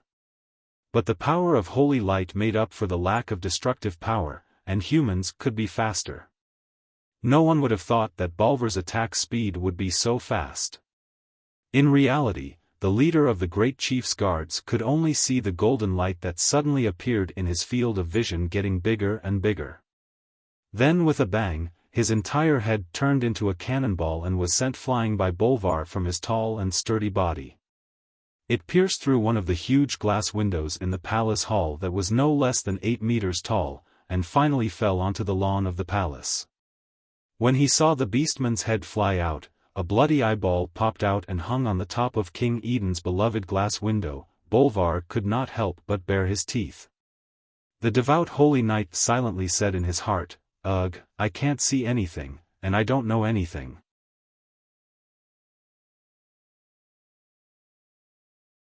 Chapter 419. Bolvar, who was unable to retract his hammer in time, took advantage of the opportunity to launch a sneak attack on another of the chieftain's personal guards. A roundhouse elbow strike that most beast men would not have expected caused the fellow to grimace. Just as the other party was in pain, Bolvar grabbed the beastman's well-braided braid and pulled it down, ruthlessly destroying its center of gravity. In the next moment, his metal boots stomped heavily on the back of the beastman's neck, causing the ugly green-skinned beast's face to intimately touch the floor. Finally, his foot smashed his face into the marble floor below. The Holy Knight's skill, divine consecration. The powerful power of the holy light passed through the beastman's body and into the floor, creating a circular area with a diameter of 5 meters around it, dealing holy damage to all creatures that were not protected by the holy light. Yep, it also blinded the beastmen and their own people. The beastman beneath Bulvar's feet twitched a few times before unwillingly turning into a pile of charcoal. A few brave beastmen pounced at Bulvar, but they were all hammered away by the Storm Duke. All that was missing was a domineering, who else? Bulvar could change the name of the golden holy light on his body to the aura of a bastard. Oh, that's not right, it should be the aura of a tyrant. Of course, Bulvar was a humble holy knight. How could he do something as superficial as Duque? Sylvanas was also having a good time killing. Aurelia and Lilith against Kilrog, Sasha against Samuro, leaving Sylvanas free. Compared to Bulvar, Queen Sylvanas was the true god of slaughter. In a situation where there were no opponents of the same level to restrain them, an agile hero could kill faster. A giant hammer smashed down, and Queen Sylvanas took half a step back, allowing the hammer to slash across her chest by a hair's breadth. In the next moment, she suddenly pounced forward, the tip of her foot tapping on the hammer's head and leaping upwards. She was so fast that the beast man in front of her could only see a fleeting green shadow flash by. His throat and arteries had already been severed by the dagger. Standing lightly on the corpse that had yet to fall, Queen Sylvanas surveyed her surroundings. In front of her were 8 extremely strong beast men pouncing at her. Outside, another 8 orc warriors were standing guard. The sound of the axe and sledgehammer crashing through the air was enough to make the scalps of the nearby Alterac royal family's guards go numb. Sylvanas chuckled softly. In the eyes of the orcs, he was like a dark queen standing on a mountain of corpses in a sea of blood, laughing maniacally. In the next instant, they saw the lightning of thunder. Boom! With a cold face, Sylvanas reached her hands to the back of her waist, where 2 smaller quivers hung. Inside were arrows with metal arrowheads that did not conform to the Windrunner tradition, and the shafts were even shorter. When Queen Sylvie raised her hands again and flicked her fingers outwards, 4 short arrows shot out from the gaps between her slender fingers. With her unique technique, each arrow was wrapped in electricity, forming a spiral arrow that kept spinning clockwise, piercing through the throats of 8 orcs. In the next instant, something miraculous happened. Under the mysterious attraction of the lightning, all the short arrows flew to the bowstring that Queen Sylvanas had pulled back in mid-air. The short arrows shot out once again, following the trajectory of the electromagnetic trajectory in mid-air, hitting the orc's left front, right back, left back, a total of 8 unimaginable angles between the eyebrows of the orcs. A miraculous area of effect skill. Obviously, no one would teach Sylvanas how to use her new lightning ability. She had figured it out on her own. Orgrim's eyes darted around. Every battle situation was in his field of vision, and it was clear that the scales of victory were tipping in the Alliance's favor. After all, this was the capital of a human kingdom. Even if there were not many soldiers, the defense system was quite complete. There was no one to suppress the generals of Alterac. A few generals, including Haas, had freed up their hands to command the panicking troops and began to kill the orc soldiers more efficiently. Orgrim entered Alterac under the guise of an emissary. He could not bring too many people in anyway. 50 strong orcs was the bottom line that the Alterac people could accept. But now, these personal guard-level warriors were all killed by the Alliance's heroes in a few exchanges. Orgrim's heart was bleeding. The only one who had the upper hand was the Dragonmaw Dragon Knight. But he had a bad feeling, because he suddenly realized that the most important person in the Alliance, and also the person he was most afraid of, was not here. The King of Alterac was important, but it was not enough for the Vice-Commander of the Alliance, Duque, to be King Eden's bodyguard. Duque's absence could only mean that Duque was looking for a bigger victory. Orgrim had fought with Duque for so long, he was very clear about Duque's way of doing things. In the world of Azeroth, most kings, commanders, and generals had a clear and distinct sense of home. They would subconsciously defend their important cities or resource points. Duque's way of fighting was completely different from these people. Duque did not care about the gains and losses of a city or land. He cared more about killing and injuring the Horde. Right. His goal was to wipe out the Horde. At the start, even Orgrim himself did not realize it, much less the previous chief. But slowly, Orgrim realized that the Horde's wounded were much less than he had imagined. Of course, the orcs were brave and fierce. More importantly, the orcs had good physiques. As long as they were not crippled, the orcs could survive for a week or two, and with enough food, they would recover. But the number of wounded was too little. The young orcs would become veterans even if they were injured. After a few battles, the veterans would naturally become elites.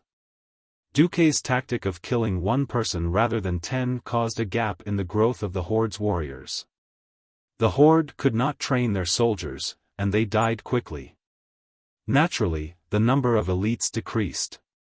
On the other hand, for some reason, large numbers of cowardly farmers, who used to be able to fight 100 Horde warriors, became elite soldiers. Ever since the start of the war, the exchange rate between the orcs and the humans had been decreasing. Orgrim shuddered at the thought of this. Duke Marcus, what are you eyeing on this Horde? Orgrim could not think of an answer, but he could see that the Horde was no longer in a good position. Retreat! Orgrim roared. The heroes of the Horde immediately thought of ways to escape from the battle. Orgrim's order to retreat was slightly late.